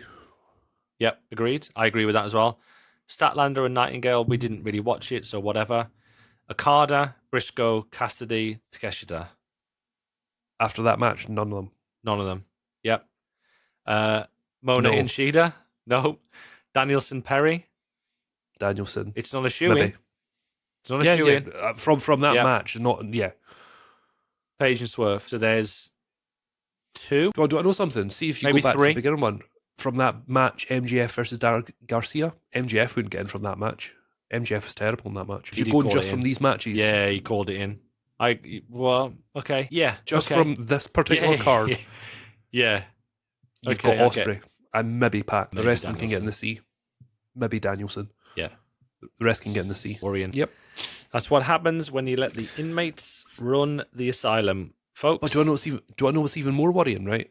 If you think about just if you talk about that thing again, but overall in terms of their AEW tenure, right? If you go through it again, MJF and Daniel Garcia, MJF. Daniel Garcia, no. Bucks, Blackpool Combat Club, no. Osprey, maybe Pac, we'll say that. We didn't watch Statlander, but that's fine. But Statlander, probably. Willow Nightingale, no, get in the C. From all From AEW from tenure, their run, Briscoe might get into NXT. I think Maybe. Takeshita could be main roster. yeah, okay. Yep. 6. That's 6 out of however many we've got. Mercedes Moné and Shida, probably not. No. Bryan Danielson, he's been solid Yep. in the AEW. Jack Perry, fuck no. And Hangman Page and Swerve Strickland, I know he's good, but his AEW run has not been great. He's been champ when he was doing the good shit as a champ. Yes, but he they had a period of time when they could have put it on him and he would have been really good, but they skipped that. They do that, and AEW do that, don't they? They have a moment to capture something, and then they don't what's the word? Capitalize. They don't capitalize on that moment. Yeah. Like it's a bit like their matches, really. They go like 5 minutes too long, So- 3 months so- too long. Yeah. So out of that, right, we've got 18 people that we've talked about there. And we've got 6 dead certs and 2 maybe could get in the roster. That's 33% of that card Yep. would maybe get into WWE. That's crazy. Where's Ricky Starks? Where's Hobbs? You know what I mean? Where's Wardlow? where the fuck is, like I've said this before, give me fucking Moxley over most of these lot. You know what I mean? I know Kenny's ill, whatever. Where's FTR? We're FTR on the pre-show? Come on, fuck, mate. Even the acclaimed get the crowd going. You They're know, on maybe not the best in the ring, but they were on the pre-show. Against the Iron Savages with Jacked Jameson. Who the fuck are they? Who are they? Who the fuck is that Give me Sammy Guevara versus Kip Sabian as an opening match on that show. That's what I want to see. I want to see Wardlow versus Hobbs. I want two. This is a TikTok if you've ever heard one. I want two big boys slapping meat. That's what I want to fucking see. That's what I want to see. You know what I mean? No, that's what I want to see. Yeah. Fuck all this bullshit. I want to see some fucking wrestling. I want to see Ricky Starks and MJF. That's what I want to see. I want to see them promo each other for 2 months. I don't want to see them touch. I want to see them have a conversation every week on Dynamite, and then I want them to go in and have a fucking 18-minute match and just have a good match. And maybe MJF goes over dirty. And then next month, the next pay-per-view, they go for something a little bit different. Or they have a tag match, or they do. That's what I want to see. I want to see Starks and Wardlow have a tag match with MJF and somebody who he's paid money to fucking have in his corner. Hobbs. You know what I mean? That's what I want to see. Give me that shit. I don't want to see this. I don't want to see Daniel Garcia, the fucking vanilla midget. I don't want to see him. Don't want to see it. It fucking winds me up. Don't know if you can tell, guys. It fucking does my head in. Bullshit. Just pish. Awful, terrible pay-per-view. It wasn't a pay-per-view. It was a we could have saved Dynamite. ourselves 25 minutes and just summed it up with just pish. And it would have been absolutely perfect. Yeah. Yeah. Oh, sorry. Anyway, I just get hot because I care. That's all it is. That's it. Yeah. We wanted to succeed. We wanted it to be an alternative. It's just alternatively fucking wank. That's what it is. Anyway, let's get back to wrestling moments that actually make us feel something other than absolute fucking rage. Oklahoma. Okay. My blood is tiny. Have you seen the news? What, wrestling news or real wrestling news? Wrestling coming to the UK news. No. So, Elimination Chamber 2025 is headed to the United Kingdom in March 2025 ahead of WrestleMania 41. The current cities leading to host the event are Manchester and Birmingham for Elimination Chamber 2025. Oh shit! We need to go. Yep. Wow, we need to do it. That's quality. WWE has locked in their plans for what will main events. Roman Reigns and Cody versus the Bloodline will main event. CM Punk Drew will open. Look at that for a poster. Oh, So good, right? So fucking good. Sorry. Yep. Let's go back. Sorry. Oh shit! Fantastic. We ready? Shit. Okay, Hoxie boy. Let's get back to our list of top 10 moments out with a match bell to match bell. But everything else that makes us feel something in between. I believe it's my number 5 I need to go to. And it sort of links on to... Does it really link on? Yeah, I suppose it does. My particular segment is a SmackDown episode, actually. And it's throughout the entire SmackDown. And it all stems from Vince McMahon having a partner in Ric Flair in WWE. So Ric Flair is in charge of Raw, Vince McMahon is in charge of SmackDown. Yes. Yeah. And all throughout SmackDown, you see Vince looking very broken, dishevelled, and he's speaking into the camera, and he's going to inject the WWE with a lethal dose of poison. He's going to kill what he created, him, and the NW. Oh. I just think, again, it's not an amazing moment, but for me, it's something I'll always watch because it's just, yeah, it just makes me feel happy. It's like, it's so good just to see Vince completely over the top as only Vince can do. And it's just, again, it's bringing in an amazing stable from, like, obviously their competition, which links into the Ric Flair type thing, which is really cool. And obviously Vince is going to kill what he created, and it's a segue of bringing in like 3 of the biggest stars probably ever back into WWE. And it's the O at the end, NW. And it's also, it's as he does it, it's like he spins the chair and it's on the back of his chair. I just think it's like a great bit of like cinema. Well, that's what you can call it. It's just Vince knows what he's doing in terms of that promo. Cinema. And so, yeah, that's my number 5, just because I like it. Come at me. I don't give a fuck. Right. If you like it, you like it, right? How many have I got left? How many is left? You've got 5, 4, 3, 2, honourable mention, and 1. So you've got 6 left. 6. Cool. Is my go next, right? Mhm. I'm going for 2. Yeah. Mhm. So I'm going to go for. I'm going to talk about next. I'm just. Like I said, they're kind of sort of rolling into each other.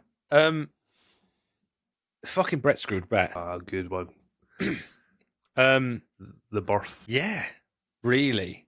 Not because it was like this isn't a best moments ever. The whole thing. So I was like not halfway through this list, but like I was putting this list together, and I was having a conversation with one of the lads one of my mates, one of the lads who I work with, but one of my mates before work and stuff. He was the guy who came up with the Royal Fumble, Mike.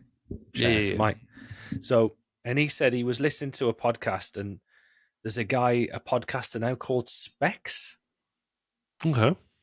I'm not No linked idea. into all the cool kids or anything at all, but he was talking about The Undertaker having a podcast, and my mate said, "Oh, is there a bit of such and such, like a bit of grief going on, like now the fact that the Undertaker?" I said, no. So this Specs lad has got it completely fucking turned around or whatever. And then he mentioned, he mentioned something, and I ended up having a conversation with him, and I explained to him over the phone. I was driving at work. He works the same job, same company, and I explained to him about the screw job. I gave him like the 5-minute discussion on why the Undertaker was such a big deal and why he was like the boss, like the de facto boss, like even probably more than Vince. And I said, and I mentioned, I used the Montreal screw job or double cross as it should be called, as like an example of why Taker was such a beast. And then I was thinking, do you know what? And the more I was talking about it, the more I was like impassioned about it and explaining it to this guy who isn't a wrestling fan. He'll watch it if he's like round. You mean back in the day, if you'd come around and have a beer and we'll watch or whatever. And then I was like, this has got to go on my list because I was like explaining everything to him. And then I was thinking about stuff that, because obviously the screw job, the double cross happened between the bell, but the Brett screwed Brett promo with Vince with the black eye after the punch and like the whole thing around that is just an amazing bit of wrestling history, and I love my wrestling history.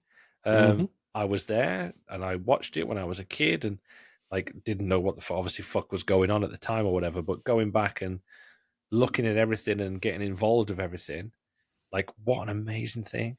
Like what a fucking unbelievable thing, and it wasn't obviously it was planned, but everything around it wasn't. You know what I mean? Like they didn't say, "Oh, we're going to do this, and this is going to happen, and this is going to happen. It's going to lead to this." But that shaped wrestling as we know it now. So that's like a pretty big fucking deal, a big one, and that's cool as fuck. So yeah, the Brett screwed Brett bit, that interview, that moment, screwed Brett. Love it. The whole so shebang. Good. So yeah, a little bit of a weird story about it, but just to get there, if you know what I mean. But that's what sort of I was like, fuck me. I've used that. I used that as everything, Hoxie. Exactly. I use that as an example to justify how much of a big deal Taker was in the wrestling world because of how important and poignant that bit was. And I was like, yeah, that's pretty important. That's good on my list. So yeah, Brett, you just made the list. Screwed Brett. Excellent. Okay. Number 4 for Hoxie Boy. Shit. Shit. Oh fuck. Right. Fuck it. Heyman's Hall of Fame speech. Are we going to talk about this in a bit? Yeah. Yeah. I like Paul Heyman. I love Paul Heyman. Fucking whatever. I love Paul Heyman. I'm nowhere near as big of a Paul Heyman fan than you are. You're like probably Heyman super fan level.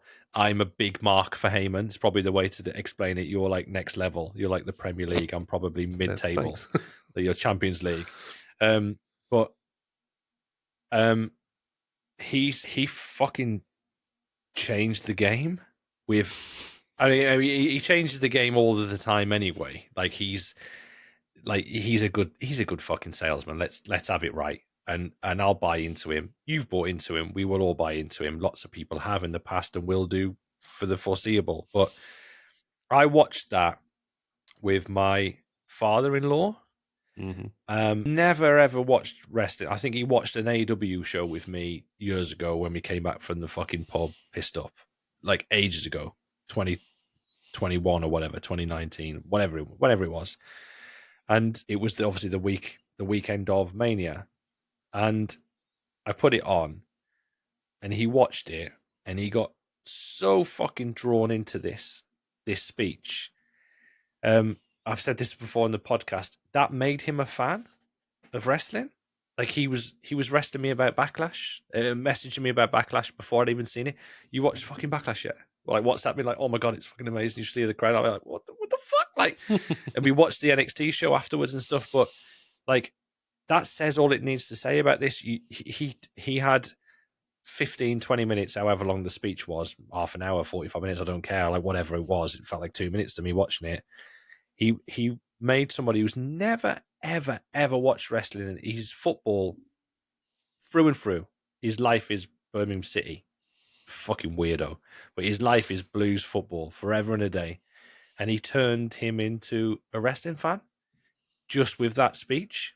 Like, he was quiet. Like, if you ever met my stepdad, my father-in-law, like, he's not a quiet man. Like, he'll have a chat, and like, I love him. He's fucking amazing. He's a laugh. He's fucking brilliant.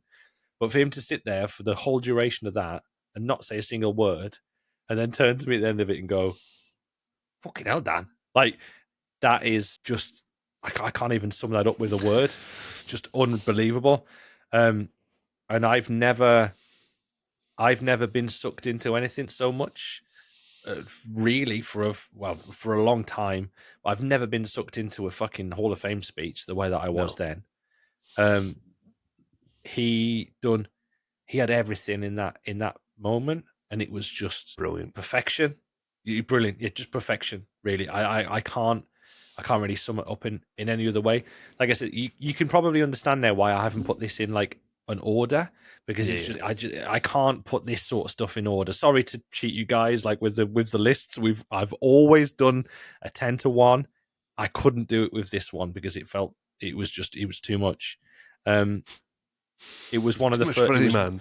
It was one of the first things that I wrote down on my phone. Yeah, like in my notes section on my phone. So that came before some of the other stuff that I've already spoken about. So for it to be like, ding, you got to be on there.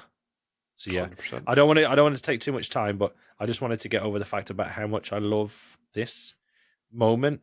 Obviously, it's not even on a wrestling show; it's on the Hall of Fame thing. But I used like my father-in-law as an example of how amazing this was.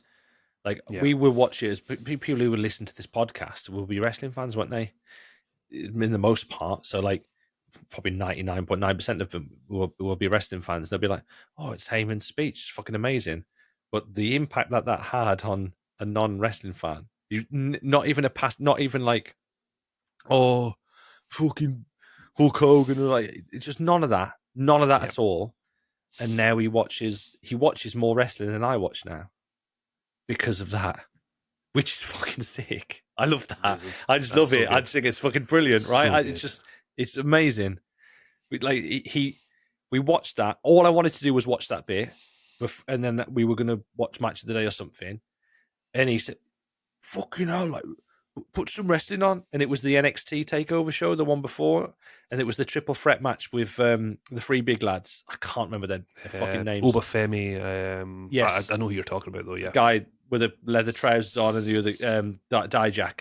Yeah. Like, he was absolutely fucking blown away by this match. I know we're not talking about matches. It's just the part of the period. It's so good.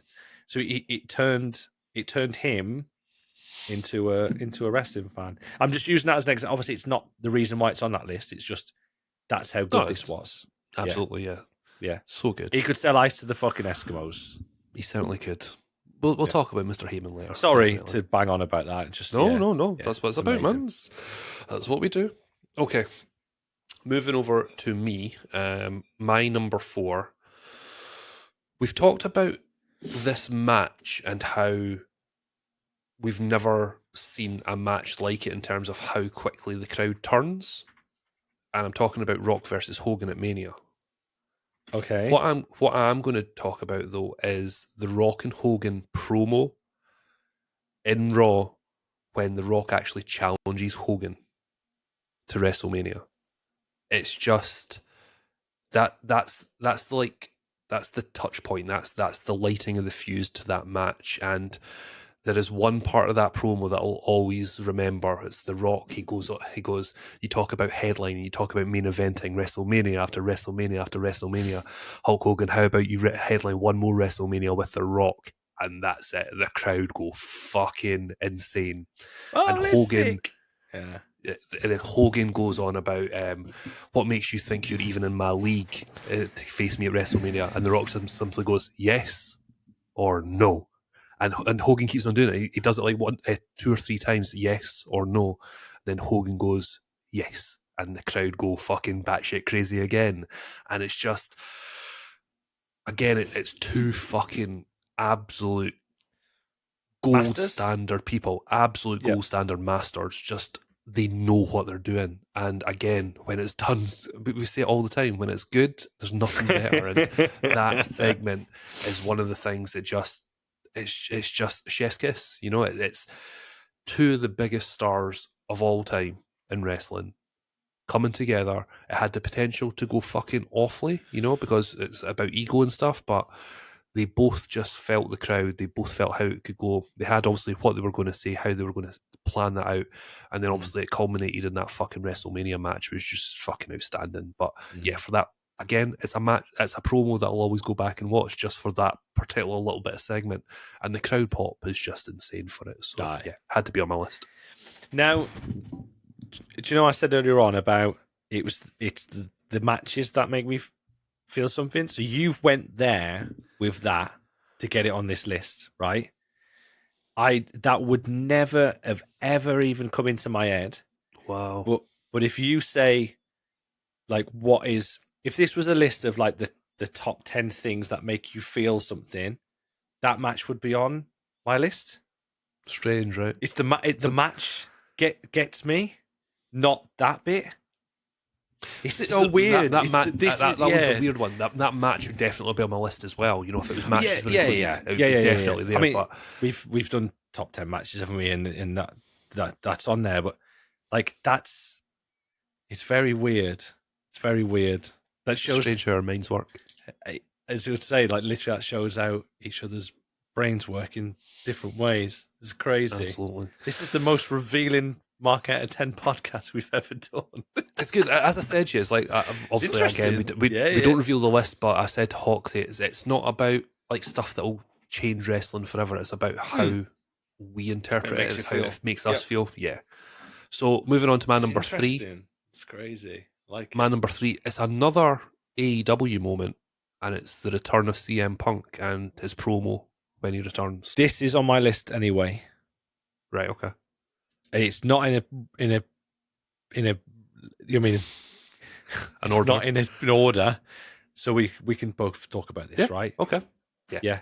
You go first. You go first. So we'll do whatever my number is now at the same time. So you're number 3 as well. Then that's fine. Yeah.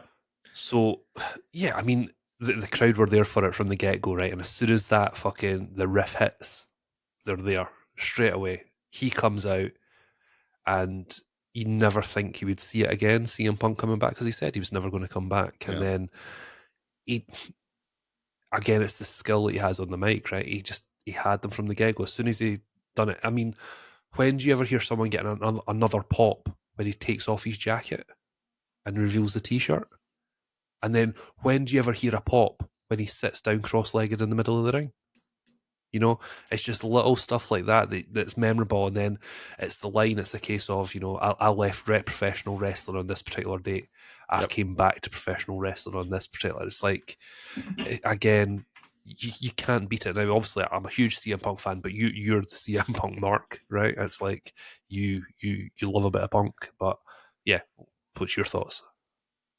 It's they sold out a venue and made 1 million viewers on a rumor, and Yep. like take away all the like, oh, I loved it, and I love CM Punk, and like, oh, I'm a mark and I'm a fan, and it made me emotional and it made me happy and whatever. Take all that away from a fucking business perspective. It's fucking incredible. Like Insane.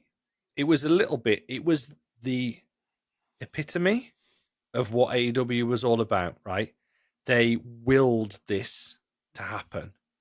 There The was a existence, yeah. bunch. There was a bunch of people. Like, if there's ever a like an example for manifestation, like Mhm. this is it. There was more than 1 million people around the world, X amount of million people around the world who willed this into existence because they wanted Yep. to see him back. And that's amazing. Like we've said this before, AW is the biggest crowdfunded business in the history of business. CM Punk is the greatest manifestation in wrestling to ever happen. It's bigger than like Brian winning the belts and that sort of thing. You're like, it's just a monumental push for something amazing to happen. I've said this before. I remember exactly where I was. I can remember like how light it was in the room. I can remember what position I was sat on the bed. I can remember who I was with. I can remember what I was doing. I watched the first 8, 12 minutes or whatever that debut. I went straight back, right back to the start, watched it all again. I can remember exactly where I was and what I was doing. And it is just one of the best, it's one of the best things ever for me in wrestling. It's one of the best things that I have experienced in wrestling, and it's just a special. Like I said, the more and more and more I've done this show, the more and more I've realized how much I fucking love this guy. Like Yeah. when he went, you don't know what until you've got until it's gone away, sort of thing, and it came back, and it wasn't like I'm not a fucking CM Punk fan because it's like it's cool to be a CM Punk fan or whatever. I'm a CM Punk fan because he is everything that I want in a wrestler. And then when he went away, and I was a huge fan. I was a huge fan of CM Punk back then, back in the day. And now it's just, yeah. When he came back, it was amazing, and he's done it twice, which is pretty fucking cool. But Crazy. that original, just they couldn't have done it like, obviously with AW that they'll do it at the end of a show or the end of a pay per view or like the end of like a main match. Someone will, like Daniel Yeah. Bryan and not Page, Adam Cole. fuck me, Cole would, whatever, Moxley would come back. All these guys, they couldn't have. They were chanting CM Punk the second the From camera was yeah. live. They didn't do a warm open to the show. They had a cold open to the show. It was a pan of the arena with the crowd chanting CM Punk before anyone had said anything, and they just left it. That is, you say what you want about AW and all this shit, whatever. They knew exactly what to do in that situation. It was Yep. amazing. Such a great, and like I said, fuck whoever's listening to this, whoever's watching this. If you're one of these people who are going to shit all over this or whatever, first, like I said, firstly, fuck you. But secondly, just appreciate stuff. Just appreciate it. You will not, you won't get moments like this very often. You don't get No. moments like this very often. You can't. When you look at, strip this away, then sorry, just really quickly, strip this list away. The greatest returns in wrestling history. How many are on that level? I Not don't many. care who it is. Like, who was at the top of their game when they left, went away for 7 years, and came back to that. Who done it? I'll fucking wait. Stop me when I'm telling Yeah. lies, motherfuckers. So You're fuck absolutely the right. lot of yous. Sorry. Yeah. Just amazing. Amazing. Amazing. So good. So good. Oh, makes Did you my see it? soul happy. It really makes my soul happy. Yeah. Again, then he you'll came go back back another and watch it time. over. And Oh. he came back another time, and I know exactly where I was because I was hanging out my arse. I know exactly the situation I was in when I was fucking video Immediately regret this decision. I remember exactly where I was. It's the fucking, what is it, the JFK moment, basically, for my wrestling life. I remember exactly what I was doing. Amazing. Brilliant. Yeah. So CM Punk returned to AEW, and his subsequent promo as well is both our number 3. Hoxley, you're number 2. Okay. Justification is everything, right? Justification is everything, my friend. Fuck the lot of yous if you disagree with this. I know what's coming. Edge returns at Royal Rumble. I knew that was coming. So, you're saying about bell to bell. To me, as a battle royal, it is not a bell to bell match. It's not you versus you, ding ding ding, da da da da da, ding ding ding. I am 99.9% sure. I haven't went back and checked this, by the way. So everyone, if you shitting on me in the comments and calling me a liar, whatever. I don't give a shit. I don't give a fuck. I'm 99.9% sure there isn't a bell at the start of the finish of a Royal Rumble. I'm sure of it. We'll have to check this out. Well, we'll check it We'll out. check this out. I was going to probably put the Punk thing a bit higher than this. It's just de facto sort of fell in this. Yeah. Just the way we were talking about it. Once again, I remember exactly where I was. I can remember what I was doing because I was streaming this show on Twitch at Hawk7 and at Human Shields on Twitch if you want to get involved. I can remember exactly where I was and what I was doing. I was in a hotel room in Devon because I just started my new job after COVID. And I did not expect this at all. I don't think there was anybody in the world that expected this to happen. I don't think Edge really fucking expected it to happen, to be fair, with his own reaction. When that You Think You Know Me hit, I'm getting goosebumps thinking about it now. I was on stream. Luckily, I wasn't on camera. I was only on microphone. But I was streaming this, and I was crying like a fucking girl. It's a joke how good. We talked about Punk coming back, how big are these like returns or whatever. This is up there, really, with that conversation. What a moment. What a fucking moment. He wasn't in a match. He wasn't in a one-on-one match. It wasn't somebody returning like after a bell or after a pay-per-view or whatever. It was a return. It was an introduction. He wasn't involved in the match yet. He hadn't walked in the ropes. You can only get disqualified from a Royal Rumble once you're in the match. If you stay out of the ring, you're not involved in the match. It's a battle royale rules. So he's not involved in the match yet until he gets underneath the rope. So it's like the most tenuous fucking justification I've ever heard. Fuck I knew you. I knew that was going to be in your list. I just fucking knew it. Come on. It don't get much better than this, right? Yeah, no, you're absolutely right. It's a phenomenal moment. It is like goosebump sort of territory. It's like just emotional. Like for me, like I'll just like it was there was like 40,000 people there or whatever. It was a big show. It was a baseball stadium show. Like just if there's any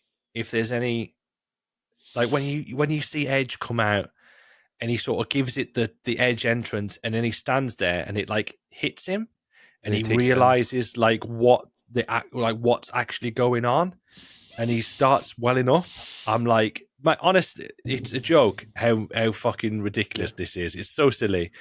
Just his little face and he's tearing up and then he's got to go and obviously do a bit of business or whatever, but it is fucking Cole sells it like a fucking champ. Like Cole's marking out. You know what I mean? Like whether Cole knew, I don't know. But the guys are like on commentary are just losing their head.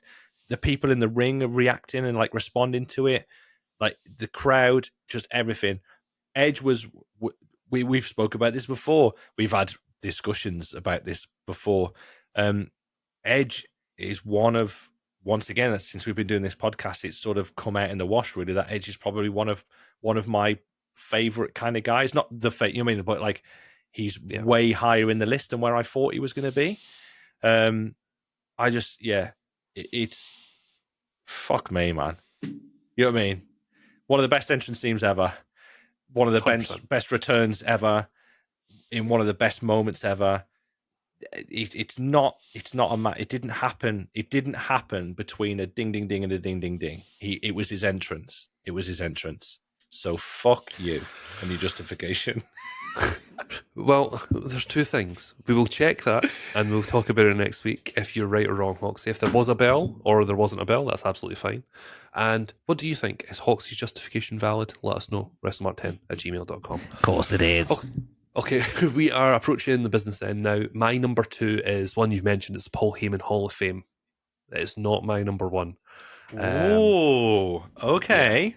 Yeah, basically just I'm a huge Paul Heyman. Definitely one of the best on the mic in my opinion. Just he gets you properly invested, and I think what I thought was really special about that speech was obviously it was really heartfelt all the way through.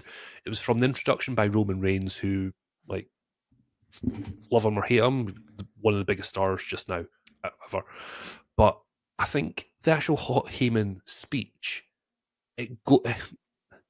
his persona changes throughout that speech into the persona of like Paulie Dangerously to Paul Heyman to the Wise Man, which I think is fucking incredible. It's really nuanced. It's really clever, and I think that's just Paul Heyman over the back. He's phenomenal at what he does. Like you say, he's the perfect salesman. Like he knows, and it's again Roman said that he knows what to say, when to say it, and how to say it. And how to say it. Yeah. You know, there's just no one better. And, you know, he's been on my list twice. You know, he's just phenomenal. I think he's going to be, obviously, his line of work that he's done since probably leaving Brock and what he's done with Roman, that people are going to remember that. But I think people aren't going to appreciate what he did in wrestling until he's gone. It's going to be that appreciation after he's gone thing. And I think that's really, really sad. I think when people think of Paul Heyman from like the ECW days, he thinks of the dodgy guy that like writes checks that he can't. Yeah, you know, and I think that's really sad. I think the term genius does get thrown about in wrestling a lot, but I think he is one of those bona fide geniuses. Yeah, you know, I think it can be understated, and that Hall of Fame speech. I mean, a few weeks ago, I was feeling a bit shit, and you know, we were just going to watch some wrestling, and one of the first things I said, I want to watch Heyman's Hall of Fame speech. Yeah. You know what I mean? Yeah. It's that sort of, it's your like chicken soup type thing, like for wrestling. That's what it is. It just, you know, brilliant. It just makes you feel like nice inside. Warm inside. He's just so articulate, and you know, he's very clever in what he says and how he says it. And yeah, he had to be on my list, but he's not my number 1. He's not my number 1. I genuinely think, and this is going to be really weird if this happens. I'm not going to shoot my shot, but I'm just going to put this out there into the universe. I genuinely think of all of the fucking, if you think about all the shows and all lists we've ever done, okay, and it's always been like the top 10 of something, and we've emphasized this quite a lot. And I am genuinely, we cannot say this enough, guys. We do not talk about these lists at all. We don't do it. We really, really, really don't do it. I've got a really weird suspicion that we're going to have the same number 1 on this list. You think? And I think if we do, our periods are going to sync and our tips are going to touch in unison, and it's going to be the most fucking mental thing ever. Okay. I've said it. We'll see. If not, whatever. That's fine. We're talking about stuff of how we feel. But if we do have the same number 1, it's going to be weird. It's going to be too weird. Okay. However, we'll find out. But before we get to our number 1 slot, we always have an honourable mention. If you're new to the podcast, what we do is we have a cheat way of getting 11 into our list of 10, basically. It's something that we think should be on the list, but we just couldn't fit it in anywhere. So My honourable mention, and usually the honourable mentions can be a bit left field that no one really thinks of. Okay, so Definitely shaky for me this week. is it Definitely really okay? shaky. I think so. So my honourable mention, okay, is it's a silly wee segment, but well, I say it's silly. It's Triple H is Universal Champion. It's a SmackDown episode. I think it's April time in 2002, I think it was. And Hulk Hogan returns and he's wearing the red and yellow. And it's the Hulk Hogan music that come like the proper music. And it's the line from Taz. He's got it on, Cole, the red and yellow. Yes. This is Yeah, so yeah. cool. And again, it just makes me smile. And what's really good about it, what's really, really cool about it is when the camera's waiting for Hogan, they're waiting and waiting and waiting, and he comes out and he's wearing the boa, he's wearing the red and yellow, and then it cuts to Triple H, and Triple H just can't help but smile. And I think that just shows this is the pre-backlash it is time, isn't it? Yes. Yeah. It's such a great moment because everybody was wanting Hogan to come back in the red and yellow. Everybody was bursting for it, and then it happened. It's just one of my favourite moments to go back and watch. So yeah, that's my honourable mention: Hogan coming back in the red and yellow at SmackDown. Interesting. Yeah, like it's weird. It's weird, right? So once again, if you said to me Triple H and Hulk, I'd have said Backlash 2002. What a fucking match! Like amazing. Putting the belt on him, dropping to the red and yellow, coming out, giving it the big one. For you, it's the segment before with Taz doing the oh my god, like that line stuck with you. Like to me, it's the test of strength. It's the two big lads going like back and forth at the start of the match and selling like Triple H selling like how it's weird, isn't it? It's weird. Like not weird, but it's just no, it's you're like right. It's I keep strange. banging my fucking mic. Sorry, guys, it's gonna be coming through. I just think it's so. If you right. For anyone who's listening to this podcast now, we're nearly 3 hours through this podcast. I didn't even realize we were nearly 3 hours in. Jesus Christ. We were having fun. It's nice. It's good to be back, Shields, by the way. Absolutely. Good shit. Yeah, I love it. If you take anything away from this podcast and this discussion that we've just had for the last 3 hours is how I'm holding this mic like I'm giving like a final address. It's how you can take wrestling in different ways, like how you can enjoy wrestling in different ways. You don't need to like all the same stuff. You don't need to. You don't need to fall out about shit. You can have discussions about stuff. Like you can watch it and you can watch the same stuff, take it in way different ways, and enjoy it in way different ways. And I think that is the beauty of wrestling. We spent a good bit of time putting over Bash at Berlin. We spent a good bit of time shitting on All Out. There'll be people who will listen to this show who will absolutely love All Out, and they won't like Bash at Berlin. There'll be people who listen to this show who will watch Triple H and Hulk and love that, and there'll be people who would love the promos before. Like that's wrestling, right? That is fucking wrestling. That's some good shit. Love it. Love that. Okay, Hoxie boy, honourable mention. My honourable mention, and this is another thing. Do you know, I said like one of the things that like was one of the first things on my list when I sort of realised everything. It's got fuck all to do with anything really to do with a WWE show or anything like that. This is the Wrestling with Shadows documentary. Oh, okay. Does that qualify? Yeah, absolutely. Fuck it. It's not bell to bell. It's some fucking whatever. If you don't know what Wrestling with Shadows is, it was a documentary. It was directed by a guy called Paul J, who you need to go and look into Paul J, by the way. It's quite interesting. But he done a documentary, and it was the most perfectly timed documentary ever of anything that's ever happened in history, probably. Like, the documentary was about a specific moment in time that was filmed before they knew that moment in time was going to happen. So it was all really, it was 12 months of Bret Hart's life, wasn't it? Basically, was it Fly on the Wall documentary, just following him around and different discussions, and it all sort of culminated in the screw job. in the Montreal Screwjob, the double cross. But they didn't know that at the time. It wasn't planned. None of that was planned. Depends what conspiracy theories you listen to, but none of it was planned. Just the backstage stuff and my God, it's completely gone out my head. When they do, it's gone. It's completely fucking gone out of my head. But just the whole lead up to this whole thing. I can remember I didn't watch it at the time. I didn't really know it was a thing until I got back into wrestling, like in 2000 whatever it was, fucking 9 or whatever. And one of my mates lent it to me, and he was like, "You need to watch." I was like, "What the fuck's this?" I was like, "Oh, Bret Hart, fucking sick. Watch it." And it just blew my head.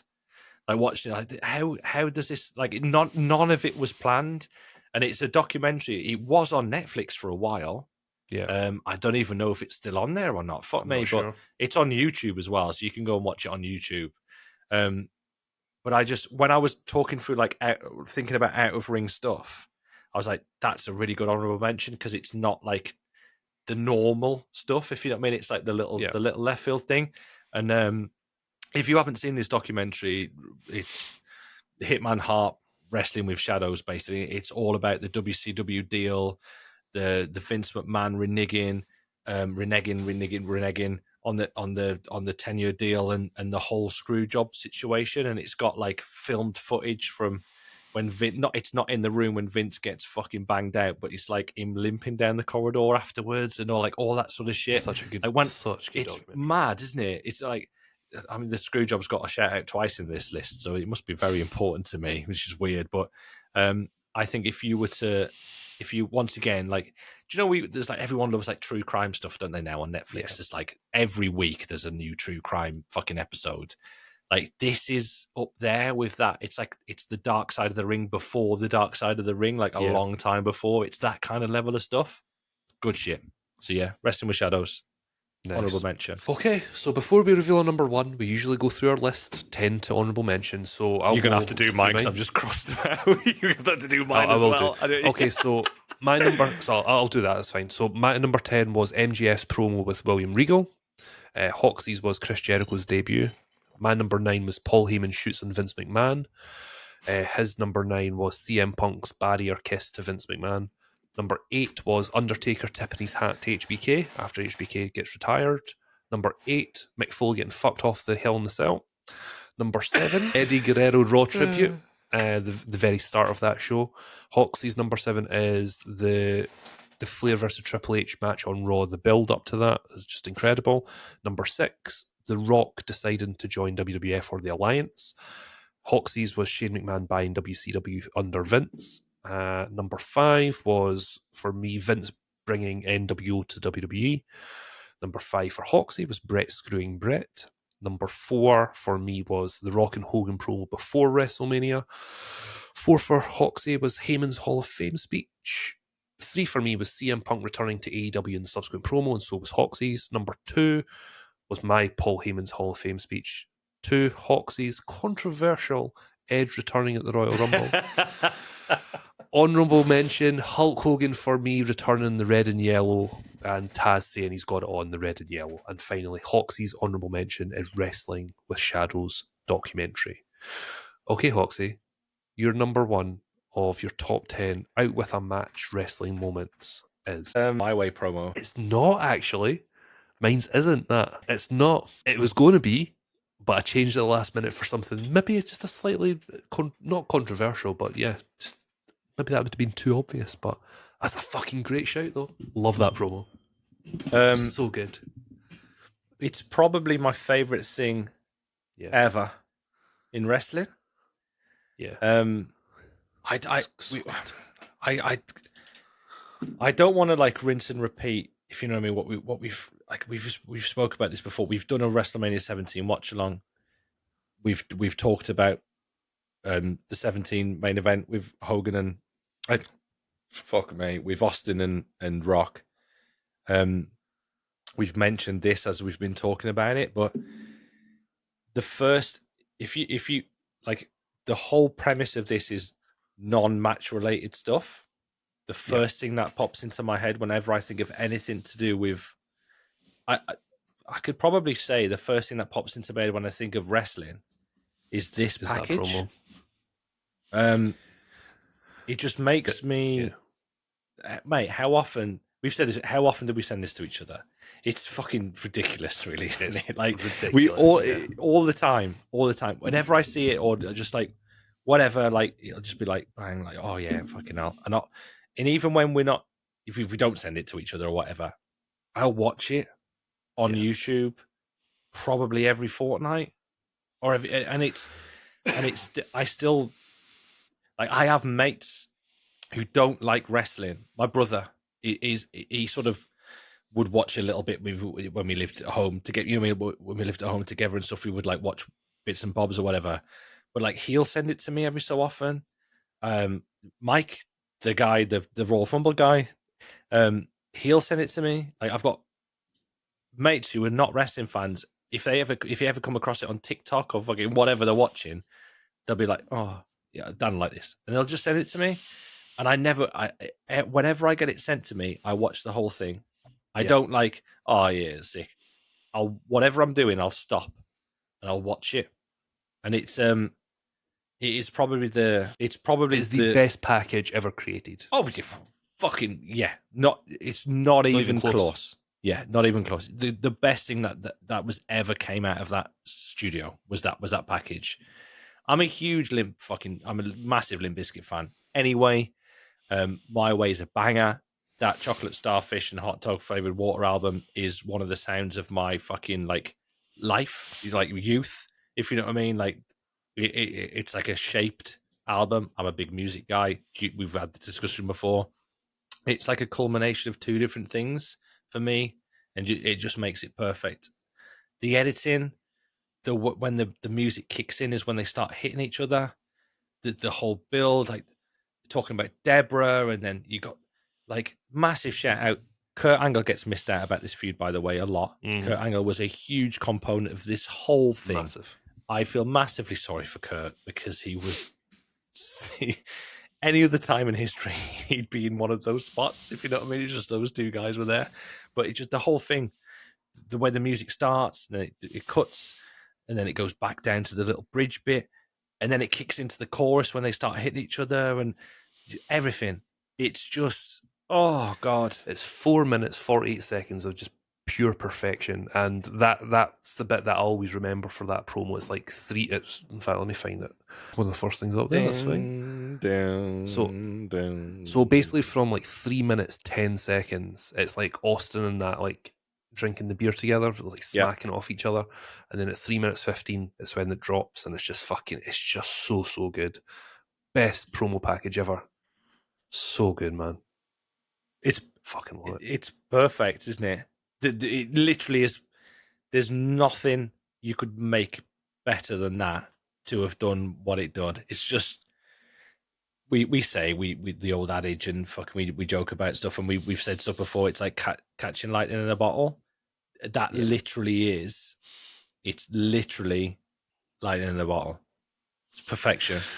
Great show. Oh, I'm probably going to watch this 10 times after we finish this podcast. But definitely. For me, out of the ring, best thing ever. Mania 17 promo video, the My Way promo. Sounds good, Hoxie. Okay, man number one. It's something we've talked about it on the podcast before, and we both love this person. And it is 5 minutes of something that will just tug on your heartstrings because it is so real for a wrestler of that generation, and it's the old school is cool promo by Roddy Piper. Oh my god!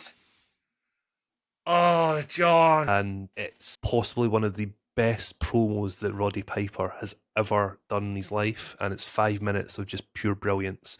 If you haven't seen it, I think it's like 10 minutes on YouTube. Jericho comes out, and I think this is the sort of preamble before he goes on to face Mickey Rourke at Mania, I think it is. And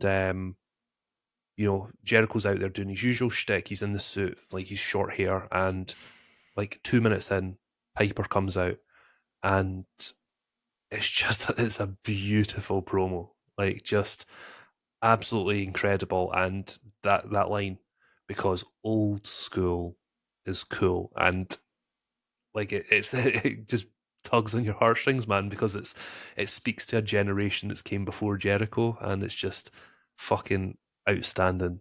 It's about eliciting an emotion from you, and that gets me every single time.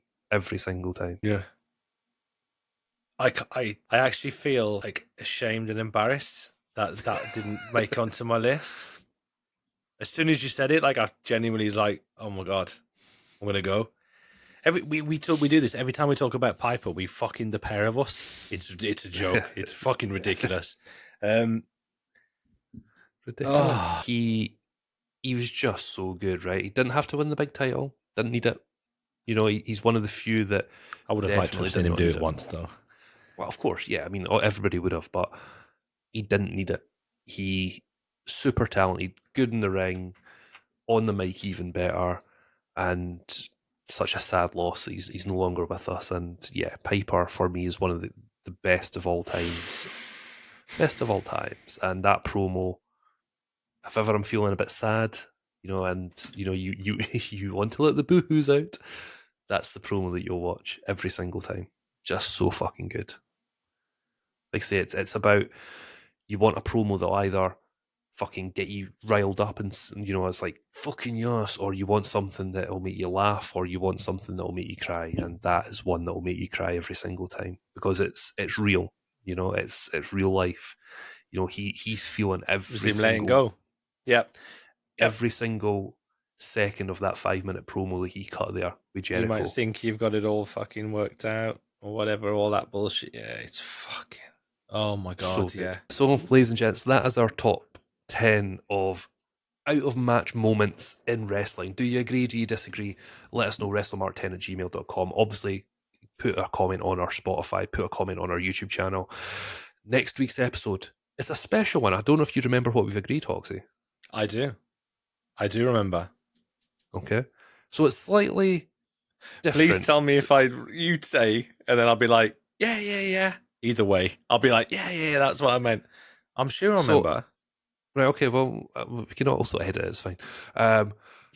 So it's going to be slightly different. So obviously we usually have a top 10 list of particular things. But what we're going to do is something slightly different. What we're going to do is a top 10, including honourable mention, of dream matches. Yes. Yep. It genuinely, I was just about watching me saying dream matches, question mark. Yeah. So it's the dream matches that we would have across any generation, any company, anything goes. Whatever the fuck you want. Whatever you want. 10 matches. If you were to make a pay-per-view, an AEW pay-per-view, obviously, because there's only 10 matches on an AEW pay-per-view. If you were to do a pay-per-view now, what 10 matches of any talent ever, singles, tag, triple threat, whatever the fuck you want to do, book your 10 match card with anything ever. We've never done a dream thing. We've always done stuff. This will be fucking fun. It's going to be difficult. Really I think it's going to be fun. really difficult, but it's going to be good. I'm looking very forward much, to very, very much looking forward to this. Yeah, it's going to be a good one. I mean, we've got Bad Blood this weekend coming up as well, so we'll obviously have a bit of a chat about that. Yes, we'll talk about that. I do want to. I want to watch the Dynamite from Wednesday. So this was last night, as we're recording now. Yep. So we probably will have a little bit of a chat about that as well, and we'll just shoot the shit about some. So we'll talk about Bad Blood, we'll talk about Dynamite, we'll do the matches of Dream List, and obviously any other news that comes our way in the world, weird and wonderful world of wrestling. But yeah, thank you very much for listening. Season 4, we're up and running, guys. We're back. We're reinvigorated. We're rejuvenated. It's going to be a good one. Thank you for listening. I'm Shields. Good night. And I am Hawksy. Love you. Bye.